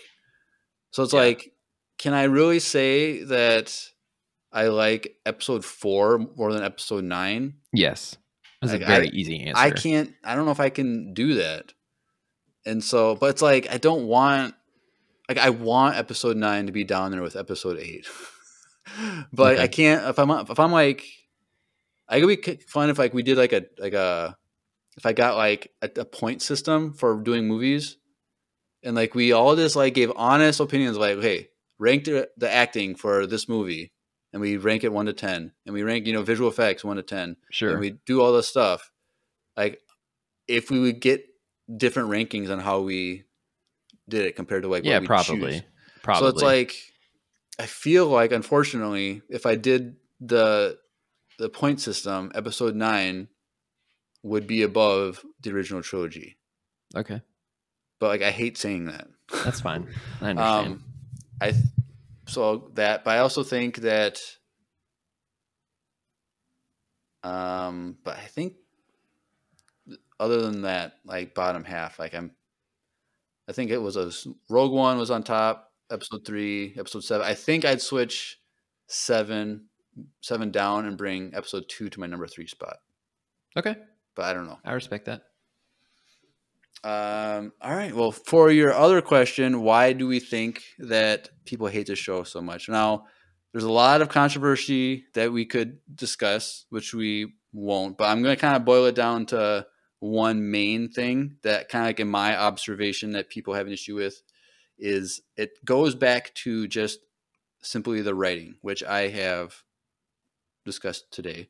And how that kind of fleshes out kind of goes into different ones. One, I think a lot of people are upset with like how it affects canon. Like people are upset with the Ki-Adi-Mundi stuff. And like, is that like a thing? Like, I get it. Like it's so far so good. Nothing's been messed up, but people it's like see that there's teasing with canon with like people are upset that, you know, these witches made human life. Like what Anakin was supposed to be the only one supposedly. Like, so like people have issues with the writing where like it seems to conflict canon or like, you know, tease like an attack on canon, which I get it. Like I'm all about, you know, coherent canon stuff. So there's that. But I also think from that, like the whole like writing standpoint, the creators of the show have been very clear that they have an agenda that they want to tell and put through their storytelling. And this agenda is very divisive in this country and world. And I think no matter what the agenda is, whether it's what ideology or whatever it's trying to promote, no matter what side of the aisle, I think that when you put an agenda first in telling a story, more often than not, the story itself will not be that great because you're trying to promote an idea rather than to tell a great story. And so I think with this show, the agenda gets in the way of good storytelling. Now, regardless of what you think on this agenda, like that's your own personal thing, but like, I just want a good Star Wars story. I don't want other motives. And I think that's how a lot of Star Wars fans feel with this. And because it's such a controversial topic, like it just creates the hyperbolic response to it on both sides. And so I think that's the big issue, but that all ties back to the writing. Like where is the writing focused on good storytelling, or is it focused on something else? And that's where the divide is, I think. Well, thank you for listening to my TED Talk. Yeah. I mean, I'll say it this way. I've been very disappointed in the response to this show. And I think at the end of the day, Star Wars fans, what seems like the loudest majority in this case, have a really hard time accepting new things. Yes, there is a line to draw in if something is good or not, right? Right. There are flaws. There's flaws. Sure, there's like this isn't a perfect show. Right.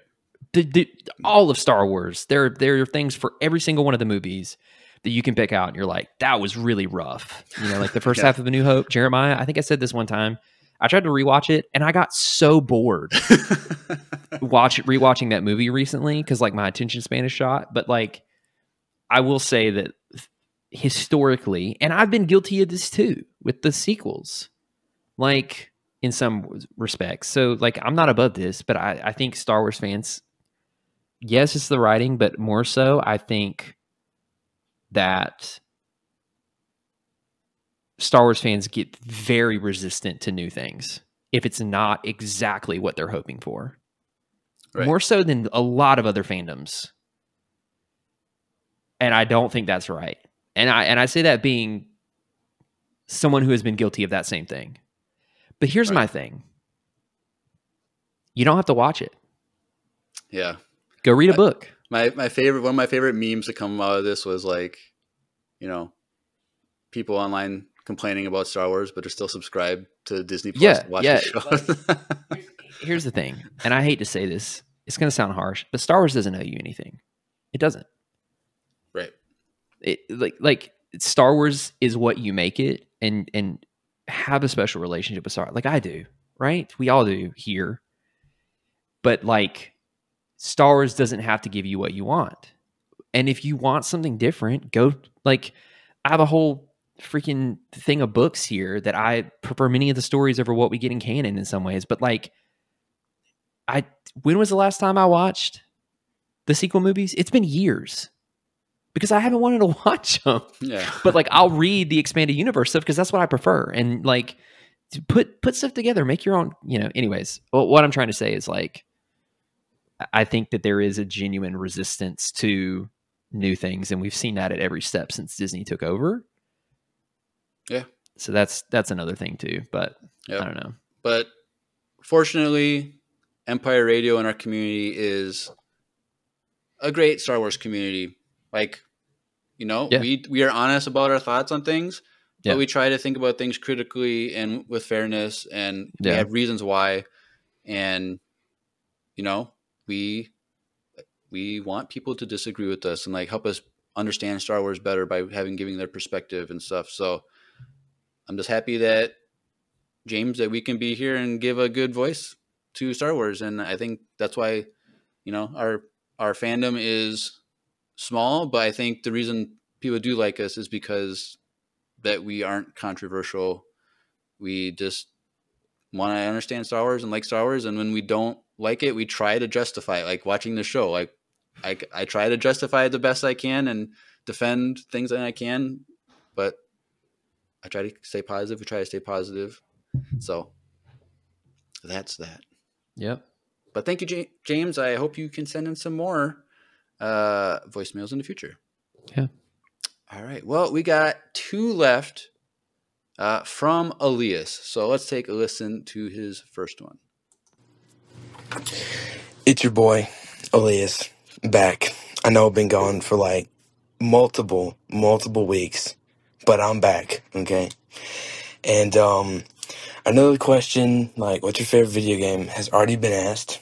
But my question is, what type of games do you like? For me, I basically just like a good story. That's it, you know? And also, I have a recommendation. If you haven't already played it, play Red Dead Redemption 2. Okay? It is, words can't describe how good that game is. Okay? Just play it. All right. Bye, I guess. All right, thank you, Elias. And so, what kind of games do we like? So, what is? I don't really know a lot about your video game history. Yeah, I really like RPGs. I also like, I don't know what the genre is, but games like Stardew Valley, Animal Crossing, Minecraft, that are kind of like you go at your own pace. There's not like intense, like I don't do games with intense competition because I've never really been good at them. Like first person shooters, like I really tried get into like Modern Warfare 2, the OG Modern Warfare and stuff like that. I was never really great at them, and I hated playing online because I never felt like I was good. And so it's like it wasn't really fun for me to just be like mopped on the entire time. So I enjoy games where like they're really expansive and I can kind of like get lost in them. Do you like there's open just world so games? much, huh? Like open world games? I do enjoy those. Like I loved Breath of the Wild. I haven't played number 2 yet, but Breath of the Wild was fantastic. Yeah. I've recently been playing Stardew Valley for the first time, and I love that. Animal Crossing New Horizons is one of my all-time favorites. Like I'm not, but at the end of the day, I'm also not like a huge gamer. Right. So. Well, for me, I like third-person games. I can't even tell you the last time I played a first-person shooter. Yeah. Like, I just think third-person is superior in every single way. So a good, like he said, like you like a good story. Like I've said a million times, The Last of Us is my favorite game of all time. That's a good one. It has the most amazing story ever. I loved the first game. So if you haven't played that, please play that game. Red Dead is that way too. I don't know if you've played Red Dead. I haven't, but it's. I know it's got Drew a really has. It's got a really good story. But the second Last of Us game, it's very, very dark, very depressing, very gory and graphic, and it's a very long game. like it's not an open world game, but it's kind of like a linear one with like a little bit of open world type feel to it. Yeah. But it's very gritty and emotional. And I know you're not 18 yet, but like I know you'll play games that are which is fine. But like just know that going into that second game is pretty intense. But right now I am currently playing Horizon Forbidden West, which is the sequel to Horizon Zero Dawn. And it's a lot of fun. It's very, very complex, like with customization. Like it really caters to customization. Like how you want to play is how you can play. And it's a lot of fun, very difficult at times, but it also has a really good story. Like it's the first game. It's a very, very unique, like this is like considered like post-apocalyptic. Yeah. So like it's very, very good, and I appreciate this game a lot. So playing the second one has been fun. I got like 40 some hours into it. Dang. So sweet. So yeah. Was that all he asked for that one? Yeah. All right. Well, let's listen to your last voicemail. All right, I'm back again, and my question is, what movie and or show do you think has the best music in it? Like Guardians of the Galaxy has incredible music in it. Just, it's amazing. there's this movie called Baby Driver that has like equal to Guardians of the Galaxy. Yep. That's how good it is. See, so I love that music, but I just want to hear your guys' takes on this. So see you next week, I guess. All right, thank you, Elias. So with Guardians and Baby Driver, is that just like the soundtrack, like the mixtape so like aspect? I was of gonna it? say that those movies do a really good job of like cultivating like what would essentially be like a mixtape, Right. but it fits. Like Baby Driver's music is really good. Yeah, I haven't seen Baby Driver, It's a good movie. but like I see how like the mixtape aspect of the Guardian movies are like Yeah. so like important to it. So like that fits really Yeah. well. But I think you and I are gonna say the same thing. should I say it on 3? 1, 2, 3. Interstellar. Yeah. Interstellar might be the best movie soundtrack of all time. It's up there. It's really that still stands out to me no matter what comes out as one of my favorites of all time. Yeah. So you haven't watched Bad Batch season 3 yet, but they take someone in the Discord took an intense scene and put the Inception because it works. And it works so perfect. With how they lined it up. works with anything. And it was so great. And so Interstellar, dude, There's nothing like a 4, 5, 6. I think it goes down to 5, 4, 5, 4, 4, 5, 6, 5, 4 progression. That rising and music theory stuff. But there's nothing like that progression to add intensity to something. It works every single time. Every single time. I'll take your word for it. Anyways, I can't remember. Is 4, 5, 6? Is it 1/3 after? Anyways, it doesn't matter. It's a great progression. But we need Hans Zimmer to do a Star Wars movie. Oh, please, dude, please, dude. Oh, that would be so good. I understand that with some of the Mandoverse stuff. Probably the Thrawn movie is probably going to be the Kyners, which is appropriate. They're great. They're great. Yeah. But they created the Thrawn theme, but yeah, part of me wants to have Hans Zimmer take Thrawn's theme. You know what I want, Jeremiah? What do you want? I want an R-rated Death Troopers movie with Hans Zimmer on the score. Oh gosh, that'd be right? So intense. Like I couldn't even watch the movie. Dude, please give me that. Hans Zimmer doing Star Wars would be great. Okay, well, what other movies? I was trying to think. What's another good one? Because it's like there's so many movies where like Godzilla -1 had a really good soundtrack. Okay. And when that original Godzilla bum bum bum motif hits, it's really impactful. I really enjoyed that. He also said shows too. So yeah, the original Blade Runner soundtrack was really good. It had all the synths and stuff in it from Vangelis. That was really good. I think this is like an old show that I still think is one of the best shows of all time. But Lost had a really good soundtrack. Never seen it. Dude, if that show existed now with YouTube, like it would be chaos. Because that was like the first show that was like, what's the theories? What's happening next week? What does this mean? Like trying to connect everything. And that show was an amazing show, except for season 5, because you take that out, nothing changes. But that's just me. But I was obsessed with that show.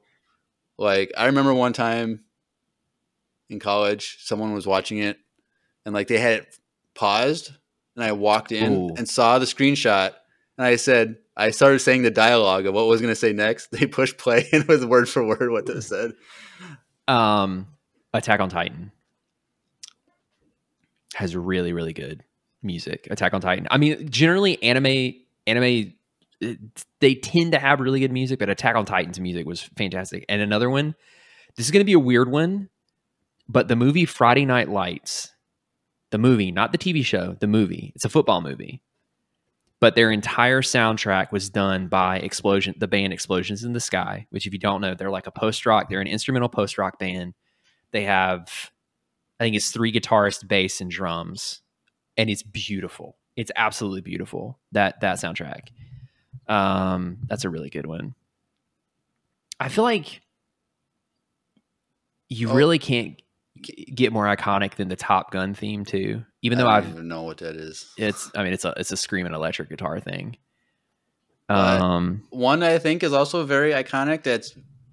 I think is very good is the Harry Potter music. Oh yeah, John I mean, Williams. it's freaking John Williams. Yeah, But also with John Williams, this is a movie that I think is very underrated. But I think his music in it was also very Home Alone? good. No, Oh. War of the Worlds with Tom Cruise. Oh And yeah. Tom Cruise and Uh, Dakota Fanning. Yeah, the little yeah. That was a good movie. That is a very underrated movie. It is. It's Did kind you of lame how know? it ends, but Did you know that when you do the studio lot tour at Universal Hollywood, the one here in LA, they take you through a scene, the down plane scene from yeah, when War they're of in the the Worlds. house, like yeah. okay, It's really cool. It's like a recreation with the props and everything. It's very eerie. I'm not gonna lie. You turn a corner and you're like, whoa, what is going on here? Dude. And then they take you from there into the set from Nope. Okay. The like the Western town where she does the Akira slide is very eerie. but the ferry scene in that movie when it comes up the hill, up from behind the Oh, hill, yeah, and it yeah, looks yeah. down on the ferry. I really need to rewatch that because it's been a few. The last time I watched that, I was in North Carolina. Dude, I think that was like 2005 or something Yeah, like that. it's old. Because Dakota Fanning was like a Child. little girl. Yeah. I'm trying to think. Other The Matrix. It's kind of iconic for its own reason. 'Cause I think of like theme music that like sticks out. But it's like hard to like think of because like a lot of movies, like it's just kind of like generic Yeah. background Yeah. music. It feels like so like Yeah. getting like a good theme that really fits. Like I think the Avengers theme is one of the best themes ever written. Yeah, that's a good one. It's Um, yeah, it's up there. The um, Force theme is still yeah. like literally my favorite Star Yeah, Wars let's motif of all put time. Star Wars. That covers everything. Yeah, Um, I really love Rey's theme. yeah, that was in your top 5. Yeah, Those themes. I still love that theme. Such an like I'm not gonna lie, that theme could fit in Harry Potter. Yeah. But yeah, Harry Potter has a great soundtrack. Jurassic Park. Oh yeah, Jurassic Park. Yeah. It's just John John Williams. Williams. It's just John Williams. But yeah, I would say if I had to pick a favorite, it's probably going to be Interstellar. Yeah. Inception too. That's Hans Zimmer. Yeah, it's a good one. All right. Well, Yeah. that's that. Well, thank you for all the voicemail. Drew's been waiting for this for a long time, and the 1 week he's not here. Sorry, Drew. So thank you for everyone. So hopefully next week we don't have like no one send them because everyone who send them in this week. So Yeah. keep them sending. If you've never sent one in, Now's the you can chance. send one in. And the way you can do that is go in the description of wherever you're listening. Click the links.co/Empire Radio. Link spelled with 2 I's. Click that landing page for everything. And one of the links is the SpeakPipe link where you can leave a voicemail. Super There you easy. Don't even have to sign up or put an email or anything. You just hit record and put like a name or whatever you want, just like so we know who it's from. And that's it. It's super easy. Go check that out. But join a Discord. You can hang out with Nate Keeney, who's new to the Discord, but he's been a fan, and you've heard him in the Spotify Q&A and voicemails for a while now. So go join the Discord. A lot of fun. You can discuss Acolyte, whether you like it or not. Discuss. It's a lot of fun. But you can follow us on Instagram and Facebook, YouTube, Twitch, where we normally live stream when Drew's here. There's our fan email. There's also a link to needlesslynerdy.com, which is an entertainment network that I'm a part of. So if you like other nerdy content apart from Star Wars, go check them out. They're a lot of fun. Yeah. I think that's everything. Anything else, Andrew? No, we've covered it. All right. Well, we got 2 episodes left of The Acolyte, and then we'll have other content coming out. So get excited for that. We got to start planning a definitive schedule for that. But we got stuff in the books, so get ready for that. But until then, you've been listening to another Acolyte-tastic episode of Empire Radio. I'm Jeremiah. I'm Andrew. And may the Force be with you. Always.